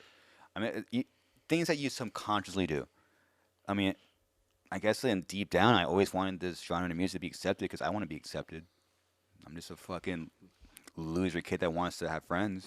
No. So if I put in music that would be accepted, and now bands can come up, play that music, and now they're accepted, and it's really cool to see. they're like adding other stuff to it too, like even like Oh, yeah. Shadow of Intent, like with the symphonic elements and all that. Oh, yeah. Yeah, it's really cool. Yeah. And it makes makes me feel old, and I love that feeling. I love, like, being pushed. Push me. Dude. I love hearing bands go, oh shit, I gotta fucking practice, and, like, I love that It's stuff. good to have competition. No, I hate to say competition. It's good to have other bands on that thing. It's like, okay, you see what they're doing. You're like, okay. Oh yeah, of course. You're not out of the game. You're like, okay, so you It's learn. sick, dude. Dude. It's awesome. It's awesome to have when I hear new bands come out. It's like, okay, fucking awesome. And you could always, I mean, obviously you guys are Suicide Silence. You're gonna do your sound and do what you do, but you can always learn a little bit and say, oh, what they're doing. I mean, we're not gonna copy that Of exactly, course. but that's something. I always feel like that. Anything that comes up, it's like even if they're super young bucks coming out, but they had an edge, something, you can learn off everybody but still keep that what you do. Like, Oh yeah. it's like I'm a Yeah. huge Queen fan. Sick. I always say that, like, and that's one of my favorite bands ever. And our band doesn't sound anything like Queen. We have a piano song here or there, but like they were one of those bands where everyone knows how epic they were, but like they literally even said, Freddie said, even the bands coming up in their genre or whatever, Yeah. they was like, well, we're watching what's coming out, because they kept with it as they got older. They stayed relevant because they kind of adapted. They stayed Queen no matter what. It was still their sound, but they still were adapting for what other bands were doing, and they were always learning off other groups. And it was pretty smart. So. Yeah, you got to be a term I've been hearing about very recently. I've been very lucky to be hanging around my favorite podcasters in person. It's a whole other scene I've gotten into that's been pretty mind blowing. But I've asked them questions. How do you do it? Yeah, and, I'm still asking all those questions. and, I'm asking you. I need to get some tips from you too. Two things, because you hear the word competitive. I'm very competitive. That's good. I would not want to go against me. You will lose. Straight up. So that's why I'm so open-minded to new deathcore. I'm like, no matter what they do, I can do it. Yeah, it's cool. It's great. So I mean, you're not intimidated by it. That's what you're saying. That's good. I'm inspired by it. I want them to be successful and fucking kill it, but I'm not going to go anywhere. Good. No, I but, like that. But what the podcasters, comedians have been saying is they are creatively competitive, and that's something I never heard before. I heard it twice from the same scene. I was like, they think of creative ways to be competitive. Mm-hmm. I was like, oh, that's a really cool way to say it, and that kind of blew my mind. And then also, topping they both said was consistency, being consistent. And I was like, oh shit. I mean, yeah, it's very true. This is fucking. Just keep doing it. Keep doing it. It's the hardest thing to do. Yeah. Hardest thing to do. Consistency while adapting with what's going on, while learning, dude, it's like there's so many things. Yeah, while drinking, while having life, while being broke, while life. Yeah, dude. It's the easiest thing you can do. Let's say like you have a profession or a dream you have. It could be a podcasting. It could be playing guitar. Yep. If you sit and play guitar all day, great. You're doing 1% of the job. If you get lucky to be in a band and tour and stuff, like, what happens to people when you go through life, when shit gets thrown at you? That's thrown around like a rag doll, and life's beating the hell out of you. You will get thrown around. I've seen so many great guitar players just crumble. Like, what's gonna keep you there? Yeah. If you practice guitar all day, great. But it happened here. I said this prior, where like Inland Empire scene here was so amazing, and the bands we had here are fucking yeah. top tier local bands. Yeah, what's going on now? There was it's weird. There was that's a whole other conversation too. Exactly, dude. That go on. Yeah, I know. The fucking local scene was insane. Like the bands I was lucky. I live in Corona. I'm still there. I hear stories, dude. No, I know it was Dude, insane. the bands you would see at Showcase Theater, just like, oh my gosh, the competition was like, if you're not competitive, you're fucking dead. Get out of here. You're fucking done. Dude, I get it. It's like I know I'm bringing this up, but it's like Fast and Furious when everyone's showing up with their car and there's like energy. And it's like, oh, energy, it's dude. like the race and like that. It had to be like that. I've heard all the stories with Showcase Theater and Chain Reaction, all the bands and stuff. Like it was intense. It's was not like very that. intense. It's not like that even to a point. It's Close, not even close anymore. And I remember back then, I would look at these bands and I'm like, I am the worst guitar player in this whole county. Oh, shut up, dude. No, that's what I said to myself. But To kind of like make yourself get better. no, but they cannot do what I do. When SS played, I played from my fucking bones. I played from the deepest part of my soul. The energy was coming in and through the inside and then radiating to the whole. I'm not saying I'm a great guitar player because I don't think I am, but like Technically, maybe you're saying, but the passion is like the insane. passion I had, I knew was better than all of them combined. That's cool. I knew what I had. I knew technically they're better than me. Technically, yeah. They sound better. They look better. But I knew You had I will outlast all of them. what resonates with everyone. What really hits them was like character. Yeah, I mean, soul. yeah. Like this. This is who I am. Whether people like it or not. I've been doing this since that. Dude, but that's what resonates with people. Like for instance, like you'll see these bands where like everyone's a studio trained college musician and they're doing all this crazy stuff and they know all this theory and they're just like brainiacs and everyone's like, oh, they're so good, but like it doesn't touch people because it's not. And then you have some punk band that just touches everybody because they have that raw passion, adrenaline. And for why are these guys that aren't as talented or don't have all the schooling? They're just resonating with people in this class of musicians that just know everything in the book. They're falling flat. It's like because soul, heart, and passion speaks louder to me than technicality. And you're right. So that absolutely. Yeah, and I guess I just like talking highly for rhythm guitar players.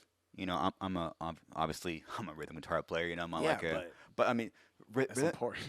rhythm guitar playing and lead or whatever style you have, none of them are better than each other.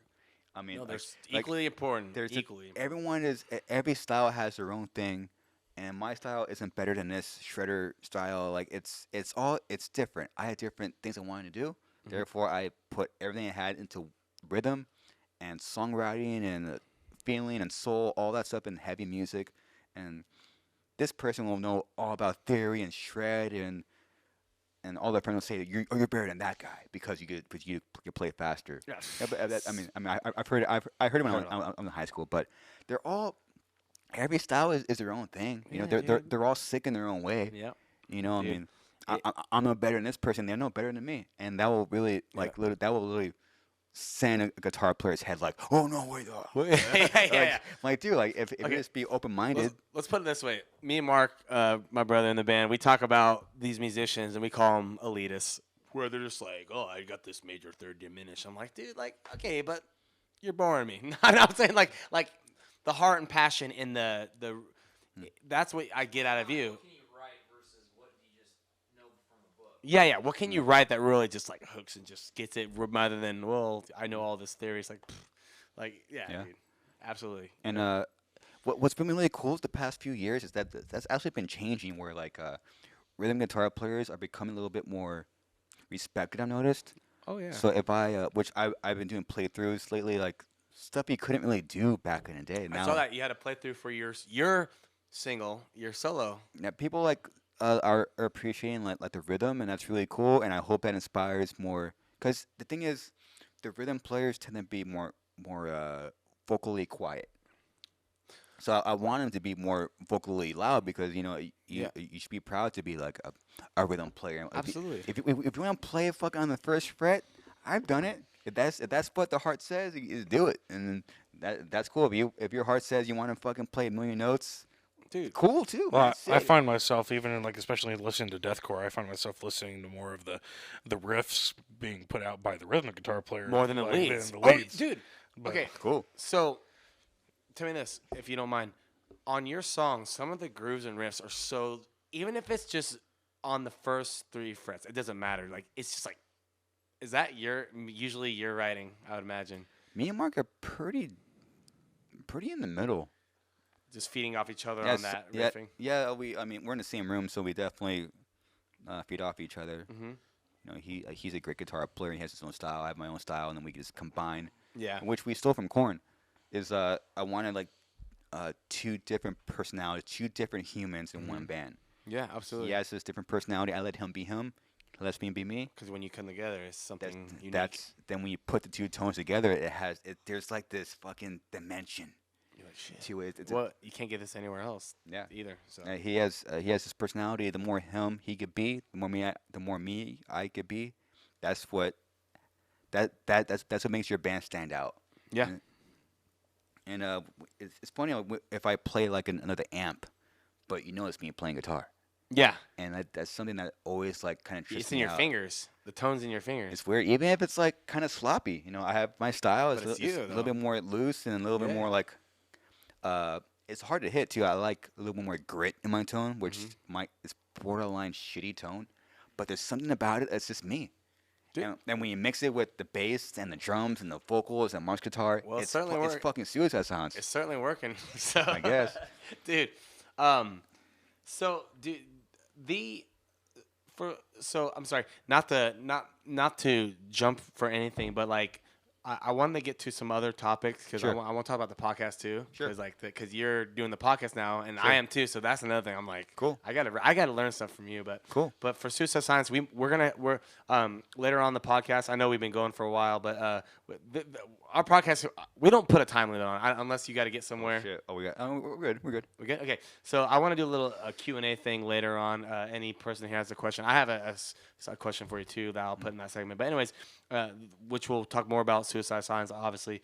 But real quick, next on the set list, if you're cool, jump into the next one. It's going to the Garza Podcast. Would you start telling us about, and the viewers as well, about it? And when did you start it?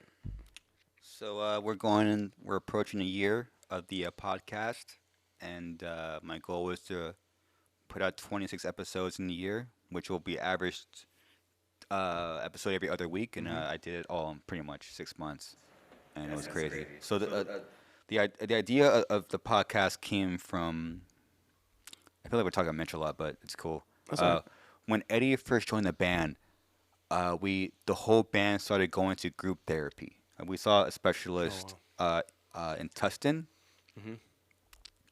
and out of curiosity, so the whole band was in therapy. We're in a fucking Dude. and just to make sure like we get like at a solid foundation because our first 3 tours were fucking massive, Yeah. and we make sure we had the foundation. And out of curiosity, I don't know, I started doing solos. I started seeing. I did that once a week, and I also went again. Just by myself as a therapist, the same guy, and I was like, oh, it's pretty cool. And then I guess he had someone that was a fan.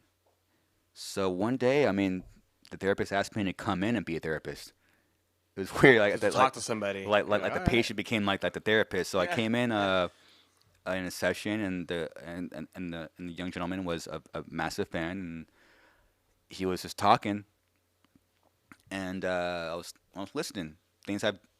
Something I've done my whole life. I just sit there and listen. I don't talk. And I was like, I gave him my perspective, and he would go on to come out to future shows locally, and I was like, damn, I like doing this. I like listening to people. I love asking, questions someone else wouldn't normally ask. That was kind of like Introduction. That was an introduction. I'm like, you know what? I want to, and that was right at the same time I was just getting into podcasting. I got into like I got the Apple app, and I was listening So to. you started to listen to it, and you're like, oh, I like this stuff. I was like, Yeah. you know what? I want to start my own podcast. It's like that will be sick. but I didn't have the mental, emotional capacity to start anything new. I was like just getting a band off the ground. Yeah. It was literally impossible. Sometimes you have certain things on your plate, and it's hard to put other stuff in. Yeah, it was already enough. With COVID, that kind of maybe. Yeah, with COVID, I mean, I was like, oh, I have time. Let's just bring this thought. That was in 2015. Yeah, crazy. 6 years later. Well, I mean, it came it's back gotta start up somewhere, but that was the seed, and then all of a sudden, dude. And by the way, I saw you got some good views on it, and you got 26 episodes right now. You said. Yeah. That's okay. You're blowing us away because like what we got? We got what? This is 7, and what we started our first episode came out March like 5th or 6th. That was our first episode. I don't remember. It's been a blur. Yeah, so after the holidays. But I mean, like, cause we have to get our schedules aligned and bring everything. But like, but to do 26 episodes, dude, that's good. And I looked at the whole list. I'm like, I watched the whole Jose Mangan one. We'll get there soon. Yeah, that was a good one. Awesome. Dude. Yeah. That was that, and you're pretty close friends with Jose, huh? Yeah, Jose's a great guy. There's only one Jose Mangan, and if you don't know who Jose is, he pretty much curates all of Octane, Liquid Metal. I mean, that's all him. He like makes a playlist. He's literally all day. He's on XM, and I've seen that guy fucking work all day, be a host, and go straight from that to hang out with his family and friends like me, entertain friends, and then jam. Wow. Jam until the wee hours of the morning with like, so I've only seen videos of me jamming with Jose. I haven't seen that yet, no. But I was just like, watch that guy. He would literally just work all day and just jam metal with his friends at night. Like, because he has like a stage at Students. We have like a drummer there and a bass player and I remember the last time I was there on New Year's Eve, I was watching him, just looking at him like, this is crazy, dude. There's only one of him. Yeah, that dude will listen.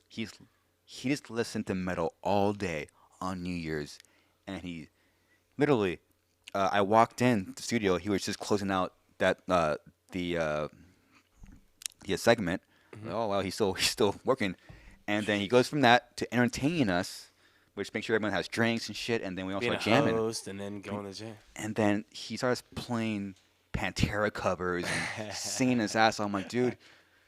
Dude, the guy's energy, I can tell. The guy's like hyper, dude. That guy's like. It's him. No, I know, but it's him. great, dude, and that's why he's him. That's someone you want to be on your side. Yeah, dude. That's someone you the metal scene needs Jose. And he's such a nice dude too. Like he's great. He's a nice dude. A lot of energy, a lot of excitement for things. Mm-hmm. There's a reason why, and I listened to your podcast and you said the ambassador of metal, like He is. and he is. And the guy, like I have him on Instagram, and then when I saw your podcast, I got to learn about him more. And I'm like, I'm glad you had him on because like that guy was good, nice guy, super chill, cool. But dude, that guy's energy, dude. That guy seems like he's just going, man. Yeah, and I look at guys like Jose and his family, and me and my girlfriend Cece we'll talk to them like, and we're just we're trying to do what you're doing, like kill it all day, and then be able to make time for your family, make time for your friends, be able to hang out all night, like yeah, dude. have the energy to do that, and like literally like when Jose first started asking me to hang out, which after that podcast, it's very common. Me and Cece hang out when it's 8:30, we're going to bed. It's over. At night? Yeah, I mean I go to bed. 8:50 now. I go to bed pretty early. On a Monday. Hell yeah. Sorry, dude. I know. It is Monday, huh? Okay, everybody watching, we're in Eastvale. It's 8:30 on a Monday Sick. or 8:50. We had to get you in before you guys all start good, writing man. more, but It's like all good. It's all good. I know I'm happy to be it's here. we used to do it Saturday morning at what 9 a.m. 11. We started early, so this Sometimes is, early, this is sometimes later. every episode. This is the varies. first this is the first episode we ever done at night and on a Monday. Great. But thank you for doing this at probably the worst time of the week to do something. I'm like Garfield. I hate Mondays. Mike's making everyone stay up, man. I don't know. We're staying up. We're doing shots after this, and we're part. No, It's all good. It's all good, man. I'm down. Cool. dude. Hey, there's still pizza here, by the way, guys. Go ahead and eat. I mean, That's you all want a good. slice of pizza? I know we're talking. No, it's all. We're just going. I got, dude. You know what, dude? I got. Yeah. Okay. Hey, let's do that piss break, We're going guys. piss break. We're on episode 7.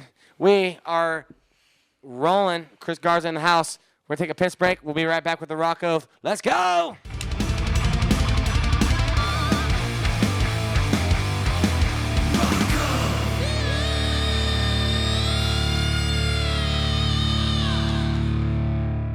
Hey, everybody. Welcome back to the Rock Oath Ep.7. Hey, guys. Thanks for sticking with us again. We have Chris Garza in the house. You still with us, brother? Yeah, post Little Caesars. Pretty cool. We Pretty are sick. It's getting late on a Monday here, Yeah. and we had a little piss break, and then we also had some little squeezers, Little Caesars, and we tried out some of that new jalapeno cheese Hell yeah. sauce that goes with it. Just makes it. So, Fuck yeah. Hell so guys, we're gonna kind of cut. The first half was a little longer than expected, so we're gonna kind of break it down to two more main segments of the set list. The show horror stories, an extra Q&A here with Chris, and then there's no beer rate, and then we'll do some closures and plugins. So let's start off with the next thing on the set list: show horror stories.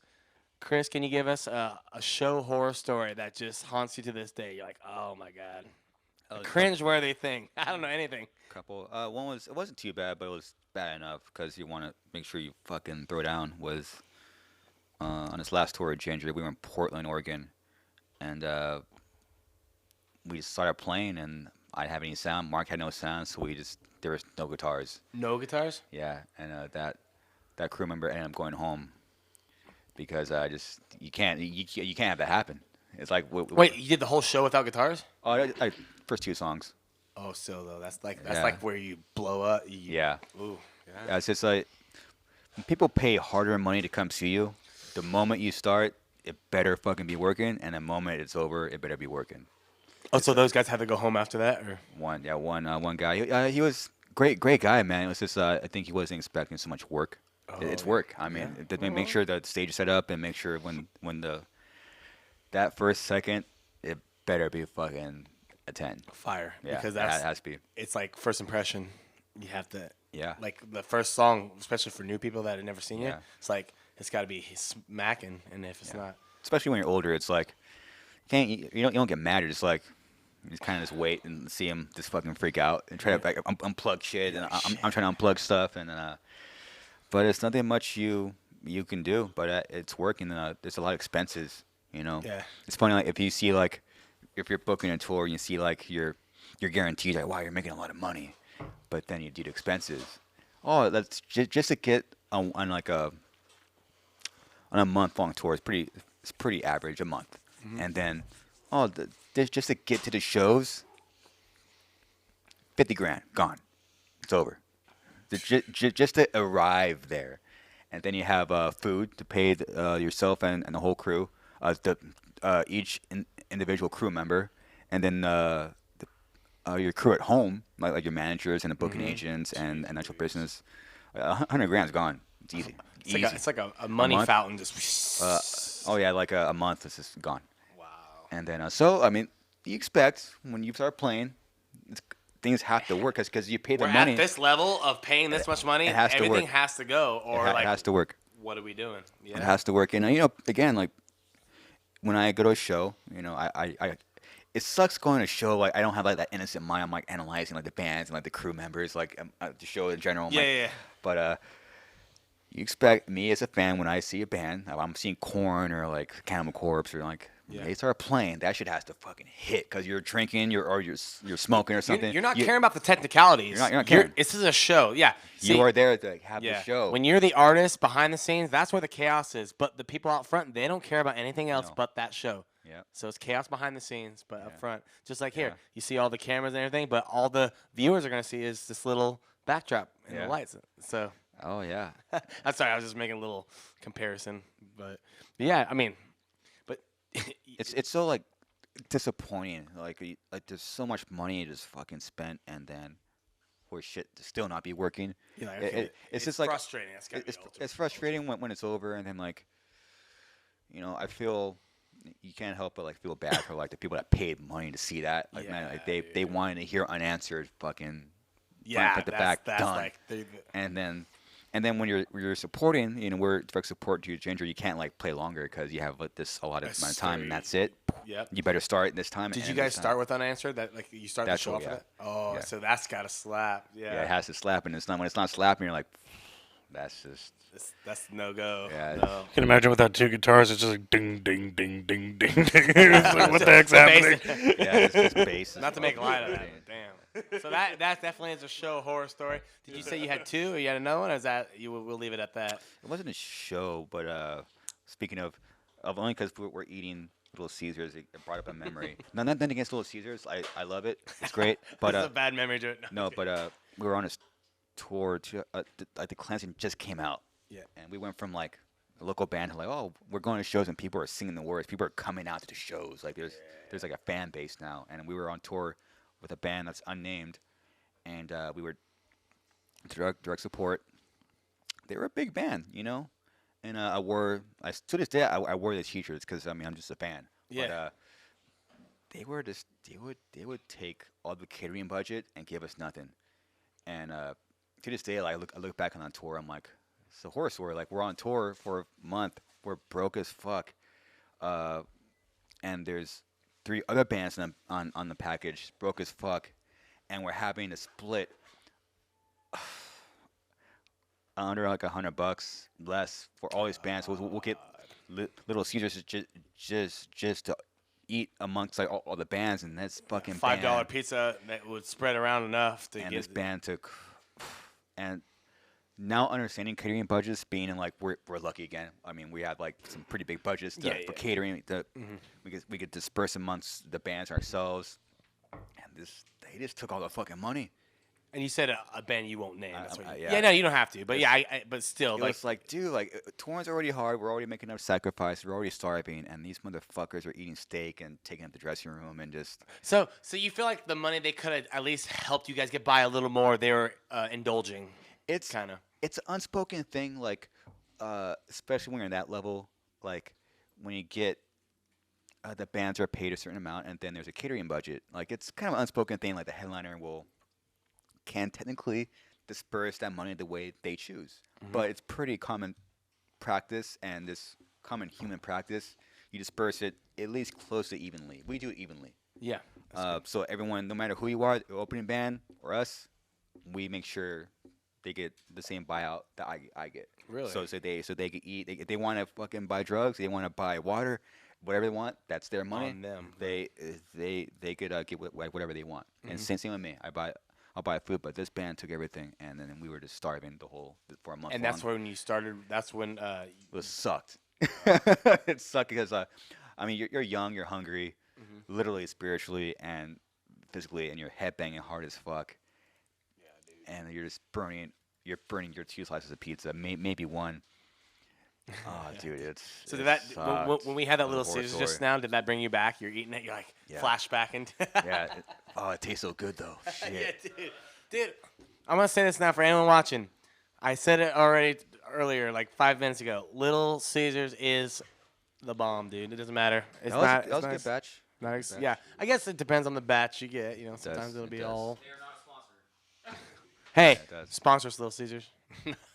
There you go. Now that I called them Little Squeezers, they probably won't. So no, anyways, but yeah. So those are some good stories to put in our horror stories, dude. Those things will depress you for the moment, but you move on. You got more shows to go, and That's all good. It's just a bump in the road, Bump in and the road. we learn from that tour how to not treat bands. that's good. Yes, we know. Yeah. Well, It's funny how people don't know the band. So let's say, obviously there's people with opinions. It's all good. That means you're successful. But people will talk shit like, so it sounds like a bunch of posers, and they'll defend like this is a pretty respected band in metal genre. They'll probably praise this band, but they have no idea how they are behind the scenes. like dickheads or something. dicks. Yeah, dude. You It's know like- more than everyone. Like you like- tour with these bands that are it's like- big, and they're I was like, like, "Oh, I man. love this band," and you're like, "If you only knew how they were." And it's funny, like the tour after that was a massive tour, and then I still wore the band T-shirt because I was a fan. I'm a fan of that band. I still wear a T-shirt, put up thousands of fucking people every day because you know what? I'm still a fan. I still listened to him. You know, it was just a little bump in the road. It's unfortunate. It's very, Disheartening. yeah. It's just, Bums you out. yeah. What was it? It was a band that you found out about that you still like today, but you're like, oh man, they're like that. Is that what you're saying? Or- Yeah. Yeah, You know, that's a bummer. it's funny if people with the fan bands and they have no idea how they are behind the scenes. That this is like a respected, great death metal band. They're so sick, but they're defending a band that's made all these bands starve. Yeah. Oh yeah. Yeah. It's like, dude, that's it's kind of Well, some shit. Well, hey, at least I know now. Suicide Silence. But they're going in. What I think of them on the outside, I now know a little more on the inside, and I'm passionate it's a because thumb up. knowing because each band starts from the same kind of, at least somewhere. Like you gotta come up, and they were there at some point, and Yeah, to experience that and then not remember that. not remember time. that, it's So like kinda shitty. Yeah. that's Yeah. man. It's like, yeah, you know who you are. Yeah, it's like you remember who you were. Don't be a little. So man, you know the position we're in. We're like we're a young band. We have no money. Help us out. We're starving, and then you take all the money. That's super just- shitty. I don't know. Well, now you know not what. I mean, obviously you guys wouldn't do that anyways. No. So, but No. well, just so we can get through this stuff, show horror stories. That concludes that. That was some that show without the guitars. That's horrible. That's Yeah, it's all good. It's but all that's good. in the past now. In the past. It's all good. It happens, you know. Yep.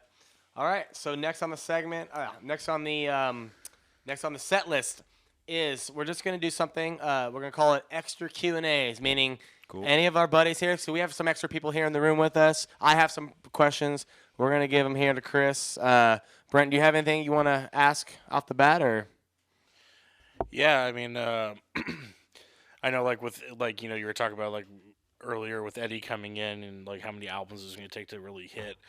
Do you like when Eddie came in? Did you like was it more of like, hey, do whatever style you want to do your thing because like he was already like a known vocalist, or is it like was there any sort of patterns or any sort of styles that you were wanting him to like kind of try to match Mitch? Like I know it's kind of like Yeah. hard to say just because they're two separate types of vocalists, but. Mm-hmm.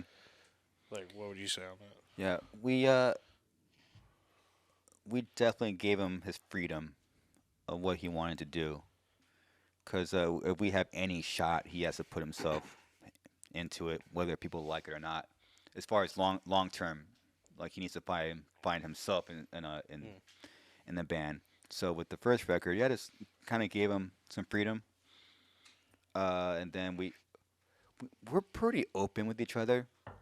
As far as like riffs and drum parts and vocals, of like if someone doesn't like something, it will be said.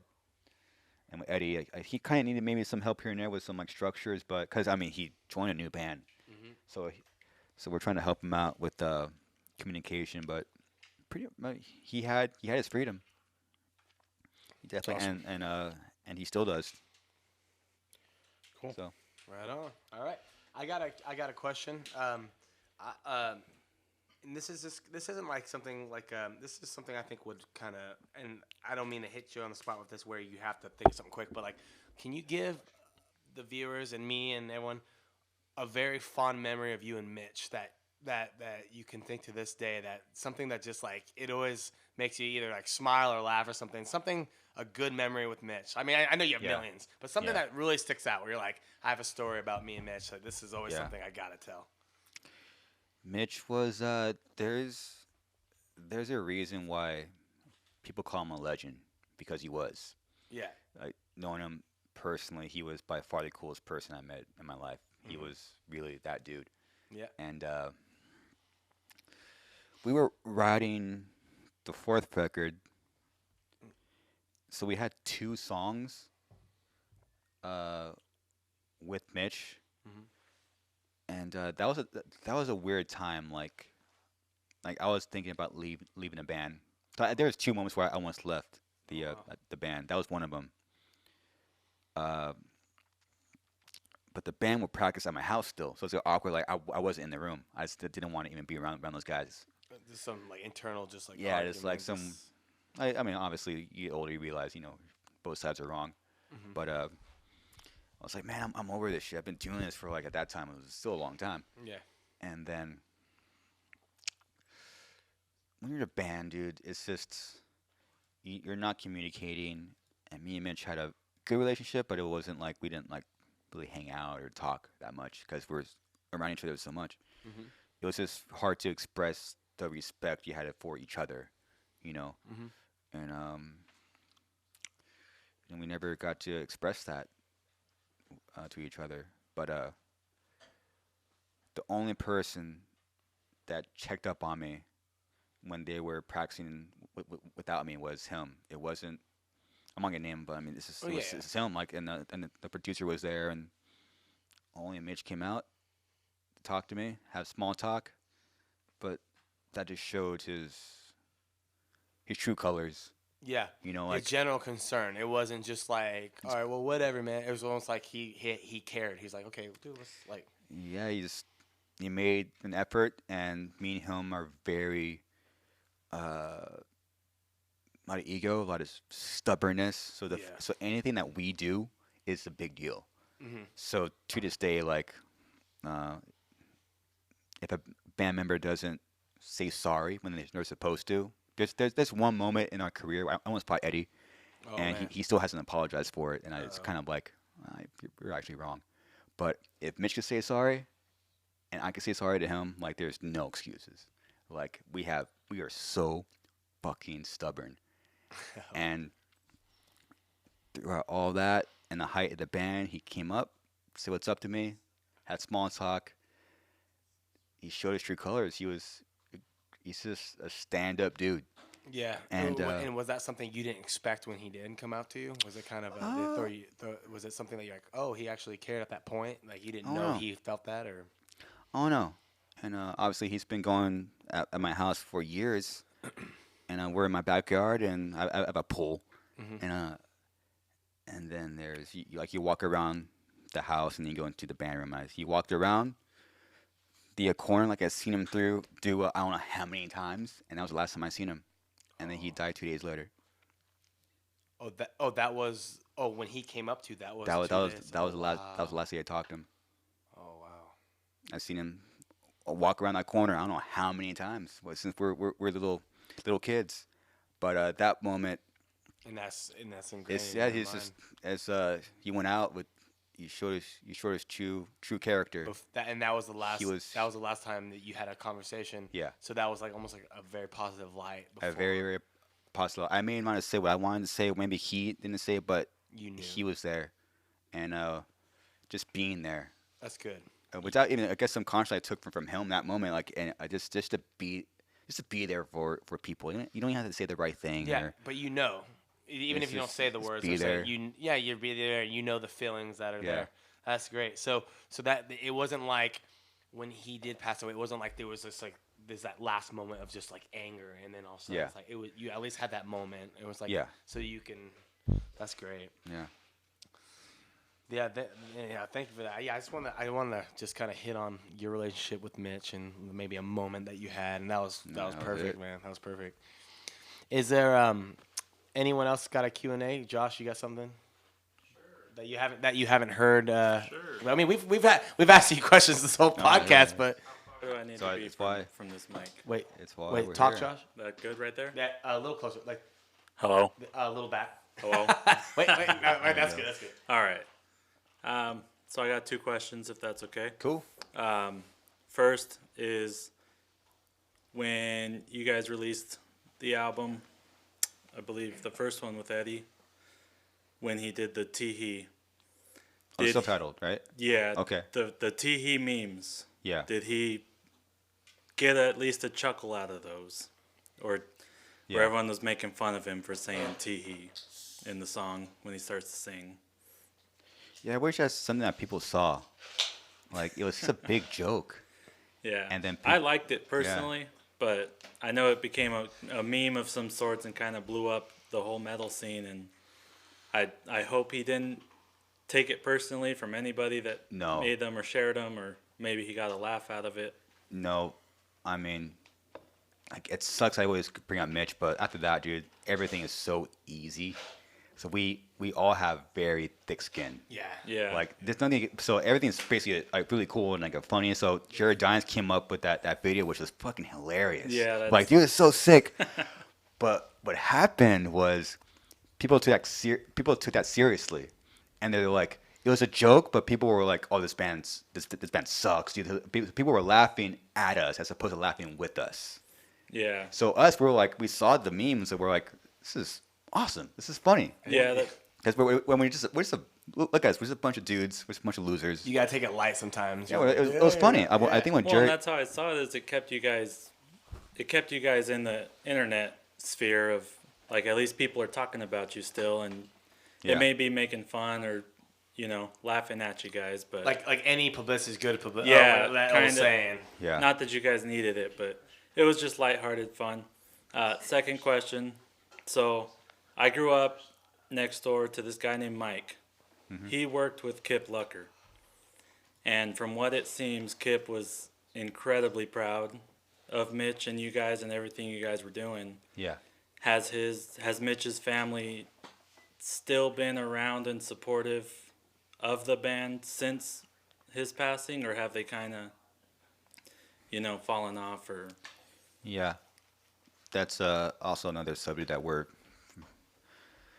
internally grateful for. Their family still supports us. Literally, like before I got here, I got a random text from Kip, actually, Mitch's dad, and he'll check up every once in a while. Jolie too, and she'll give an update on Mitch's daughter Kenna, and just to have their support. I mean, if they didn't support it, then it something would be off. yeah, But they, since day one, when we got Eddie, we started going forward, and they've been nothing but supportive. And people like Jolie, still, and other close friends, it means a lot to me. I see it every once in a while, but sometimes they'll respond to comments. But you know what? It means a lot to me. It means people are out there are sticking up for us, and that means that means a lot to me. Like that's So yeah, I mean, I'm still in contact with that whole side of his family, and so I'm glad that's public now. So it's cool. Yeah, and literally, it's crazy. Like I got a text from Kip literally right before I came here. Yeah, Dang, dude. awesome. Well, good timing. yeah, it's cool. Anyone else got any more Q&A? Brent, you got anything else? Not really that I could think of. I asked you a lot of questions during Yeah, the I whole know. thing. No, That's a all lot good. of questions have been answered already. Like, Yeah. No, we're good. like We're if good. there was any. And I appreciate your willingness to answer. Ben, you got anything, man? Okay, so Ben, our roommate that lives here with us, he's you wanna give him the mic. Yeah, give him the mic. Longtime metalhead, just as I am. Yeah, he's a metalhead too. Cool. All right, is this good? Yeah, you're there. All right, yeah, I'm a longtime metalhead too. Cool. Been friends with Brent, the couch contributor, for 10 years or so. And then Mike and Mark just moved into our house, so I'm happy to be here. Yeah, man. Yes, we love it. But my question is, it's kind of like different, but I am a huge fan of like metal music that comes with amazing album art covers.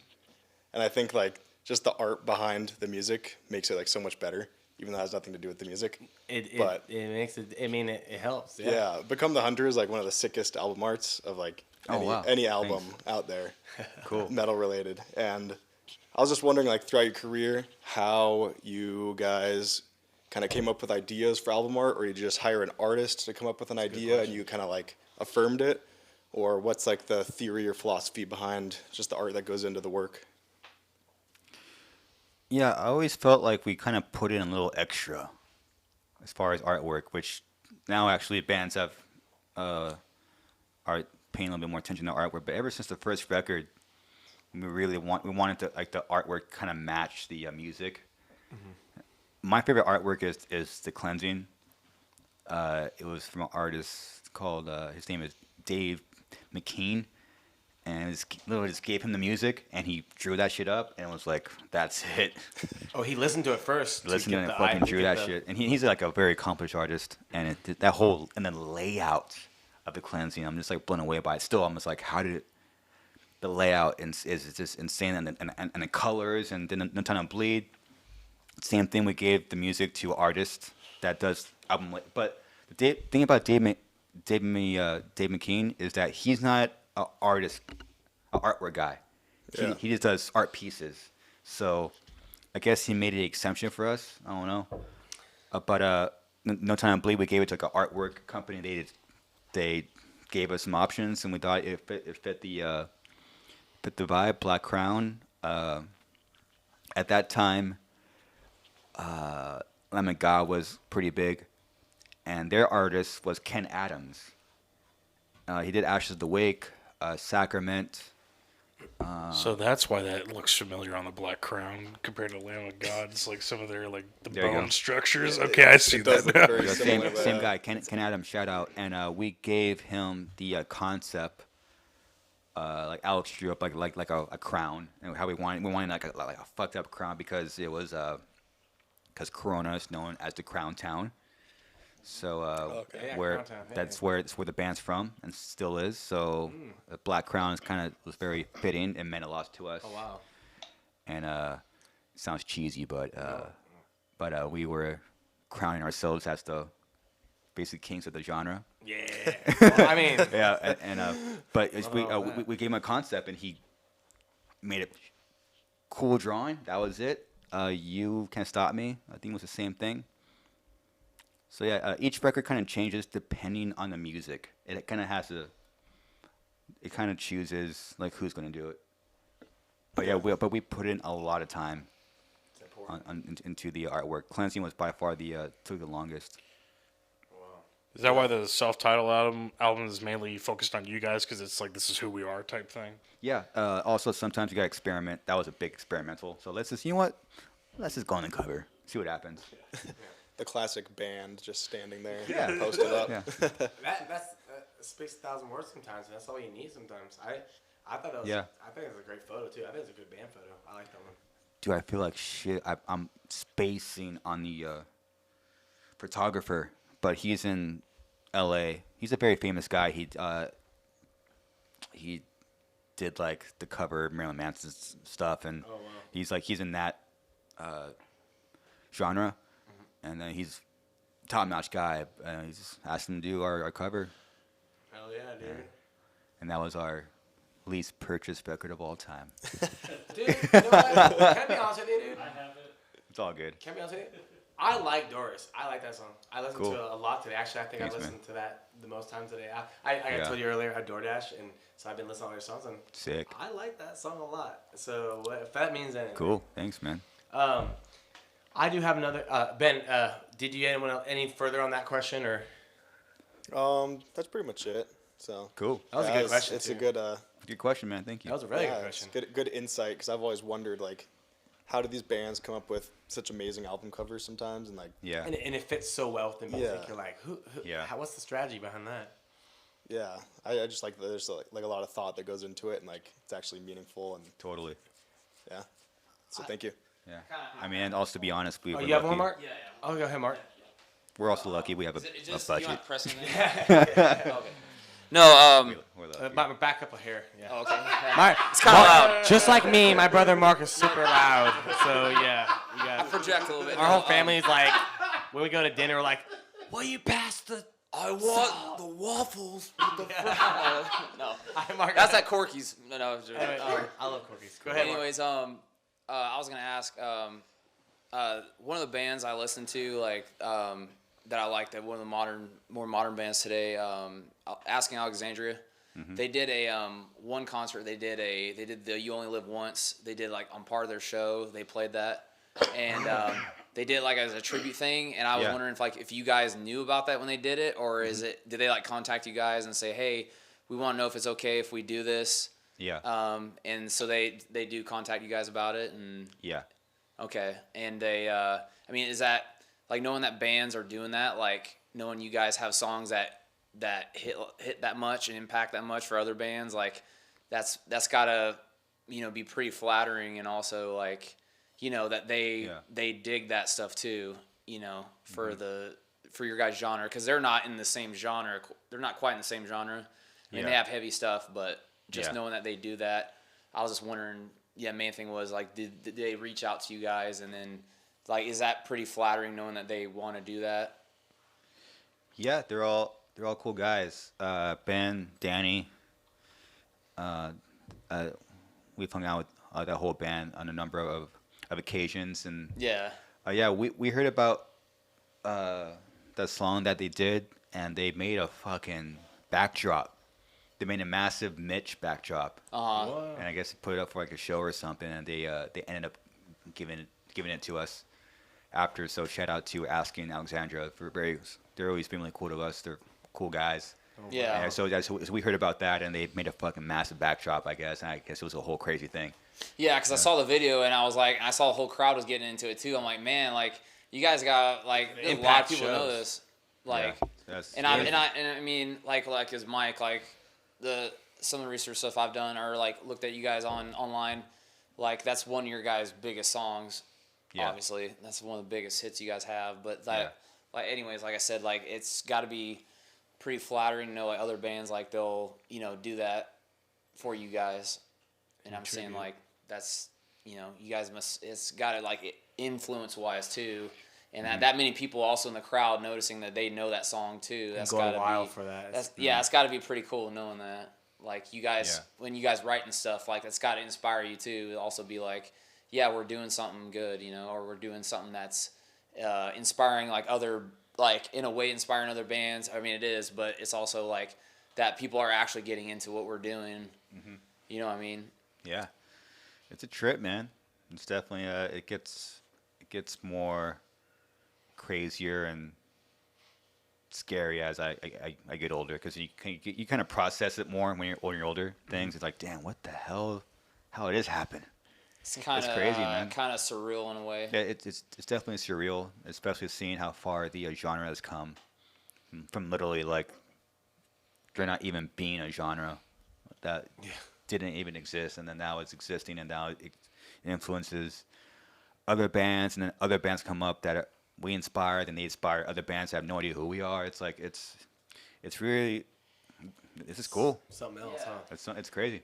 Yeah, I was saying like not in an arrogant way. It's cool. Like I'm sure for you guys like to know like you guys are helping form that base for some bands. Like they're taking they're inspired by you guys. They look at you guys as their heroes to do what they do. So that's That's nuts, man. It's crazy. Yeah, it's nuts. It's crazier when you get older.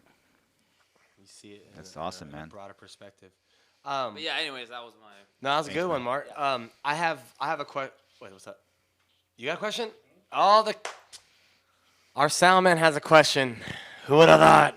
Here he comes. Anthony, yeah, he has one. Go ahead, Anthony. I muted yours because there's too many samples. Chris has a lot of patience with us. Thank you, brother. All good. We're chilling. So I have a question on the writing process. Mm-hmm. Who does mainly all the writing? Is it a mixture of all of you, or how's that work? or how? Yeah.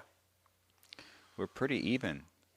Like I said earlier, like I think we're the only band in our genre that still gets in the room and writes songs. Literally, we get in the garage.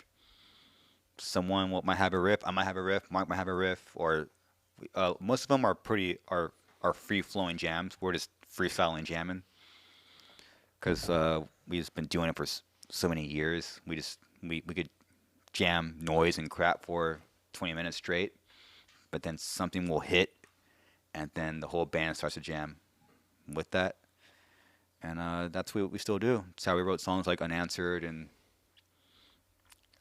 jamming, YOLO, and now we're new stuff. It's just Good. doing Get back to the roots. Get back to that way it went. Yeah, and I noticed like if I have an idea, like there's nothing I can do that's gonna be better than if I just let the song have its way and have other people put in their special sauce to it. It's always better. Mm-hmm. So that we're just, simply put, we're just a band, I know. Cool. Good question. Good answers too. And I have one little question. Oh, Ryan. You're talking about special sauce, Oh, ketchup or mustard. This is Ryan. This is our official light guy. Ryan. No, you gotta keep it light. You gotta keep it No, I got it. Depends what it is. I mean, but if it's a hot dog, it's both. There you go. But what if it's Little Caesars? Oh, neither. Jesus. It's jalapeno cheddar sauce. Or do you like that special sauce from In-N-Out or something? Or that's Chick-fil-A or anyways. Oh, Chipotle has a great sauce. Oh yeah. They Dude, have their that. Polynesian sauce. I get it. I've been there only once, but I get it. That's all I got. Nah, Ryan, thank you, man. We gotta move on. Thank you for throwing that in there. Sick. I do have a question. Cool. And this might and you answer this how you feel to answer it. Cool. Because this is kind of a deep question. From here on out, being let's say 20 years into Suicide Silence, you guys have played all over the world, and you've shown what you've got, and you've stood up, and what's the word I'm looking for? You've proven yourself. Let's put it that way. You guys have proven yourself.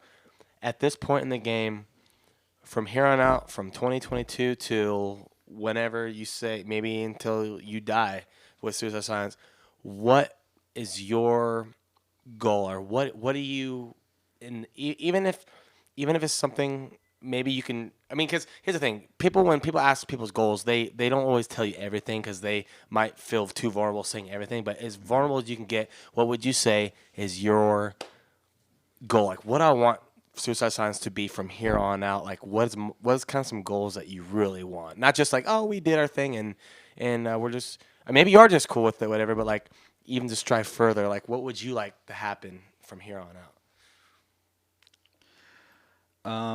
I would like to go another 20 years. Yeah. Like I said earlier, it's just literally Just getting started. It's just all that just to start. So I'd like to see the band go another 20 years and put out our best stuff. Absolutely. And it's hard to explain it. Again, you can't explain to the masses where you're at. But we've been on crunches for so many records, and we haven't put out. Bands are around us in the deathcore scene are putting out their best shit, and we've been putting out our worst stuff, and we're still in a conversation. So I wonder what it's gonna be like when we're finally focused and having fun again. On the upswing, amazing. I'm so excited to what's gonna happen when we start putting out stuff where we're Coming back to the we're Suicide Silence now. Okay. And Yeah. I'm excited. I just want to keep writing heavy shit. I want to keep my goal is just to keep being inspired because I've experienced that going away. So I just want to keep living on the little things. I want to keep being inspired, being motivated, and keep pushing the boundaries. I also need the bigger ones. I just want to learn. I recently. So yeah, the first time I almost left the band was the time I talked about with Mitch. I almost left again, like last year. Okay. But I had a friend talk me out of it. And what I did was I talked to every band member individually in their hometown. Because people are different when you're in a room together. But if you're alone, you get the real side. For better, Yeah, that's true. for better or for worse. So I drove to San Francisco, hung out with Eddie. I drove to Temecula, hung out with Mark. Oh, he lives in and San Dan Francisco? Cannon. Yeah. Oh, no shit. I drove everywhere. I wow. met up with each person individually. To have a real conversation. Have a real conversation, see where we're all at. Our manager is in Thousand Oaks. Drove out there, make sure we're all on the same page. But the band this might sound wrong, but hear me out. The band is a business. And I let the business completely fall apart when Mitch passed away. And it's because I was afraid to take the burden of truly being the founder of Suicide Silence, because I let Mitch take the fall on a lot of things. I let him be the face. And I'm basically going to spend the rest of my career repairing that mistake and just learning and keeping the band going. And Hey. I guess long story short, I'm still here, and I've recently took the band over as the founder of the band. And you're the longest-standing member, and you're kind of the grandfather of the band. You're the guy that the people have to, like, when everything goes whatever, they're probably gonna look at you, and you're gonna be like, all right, let's do this. Yeah, just now finally just put out great shit. Yep. And be a therapist, I guess. Yeah. Dude, and by the way, don't take this wrong. This is no disrespect to the past of your band, of the great things you've done, but never count out that your bet. I know it sounds crazy. When someone has such a heightened, great part of their life, a lot of times people are like, oh, I'll never, it's going to be so hard to ever have it that great. Your guys' best days could be even coming. I mean, I know it sounds like they're not, for how good it was, like for how great, like, and you guys still are great, but like for all you know, like your best days in Suicide Silence are not even happened yet. Never count that out. And I see a lot of, and I like what I've learned about you today, especially, is you have a lot of heart and passion in yourself, and that can spark. And that I'm excited to see what you guys do. I really am. February, the new single. Yep, February. What's that? February, March. What's that? March, right? March is after February. That's Yeah.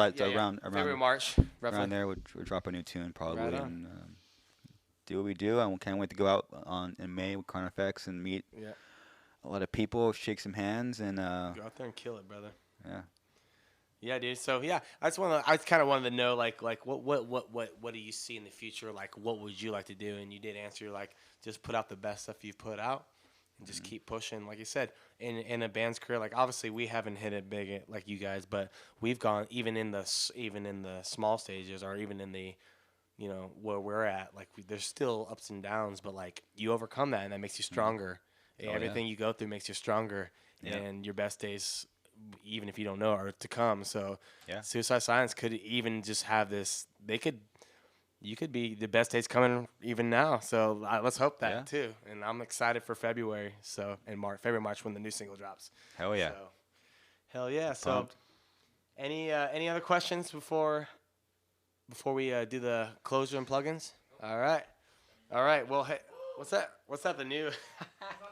So.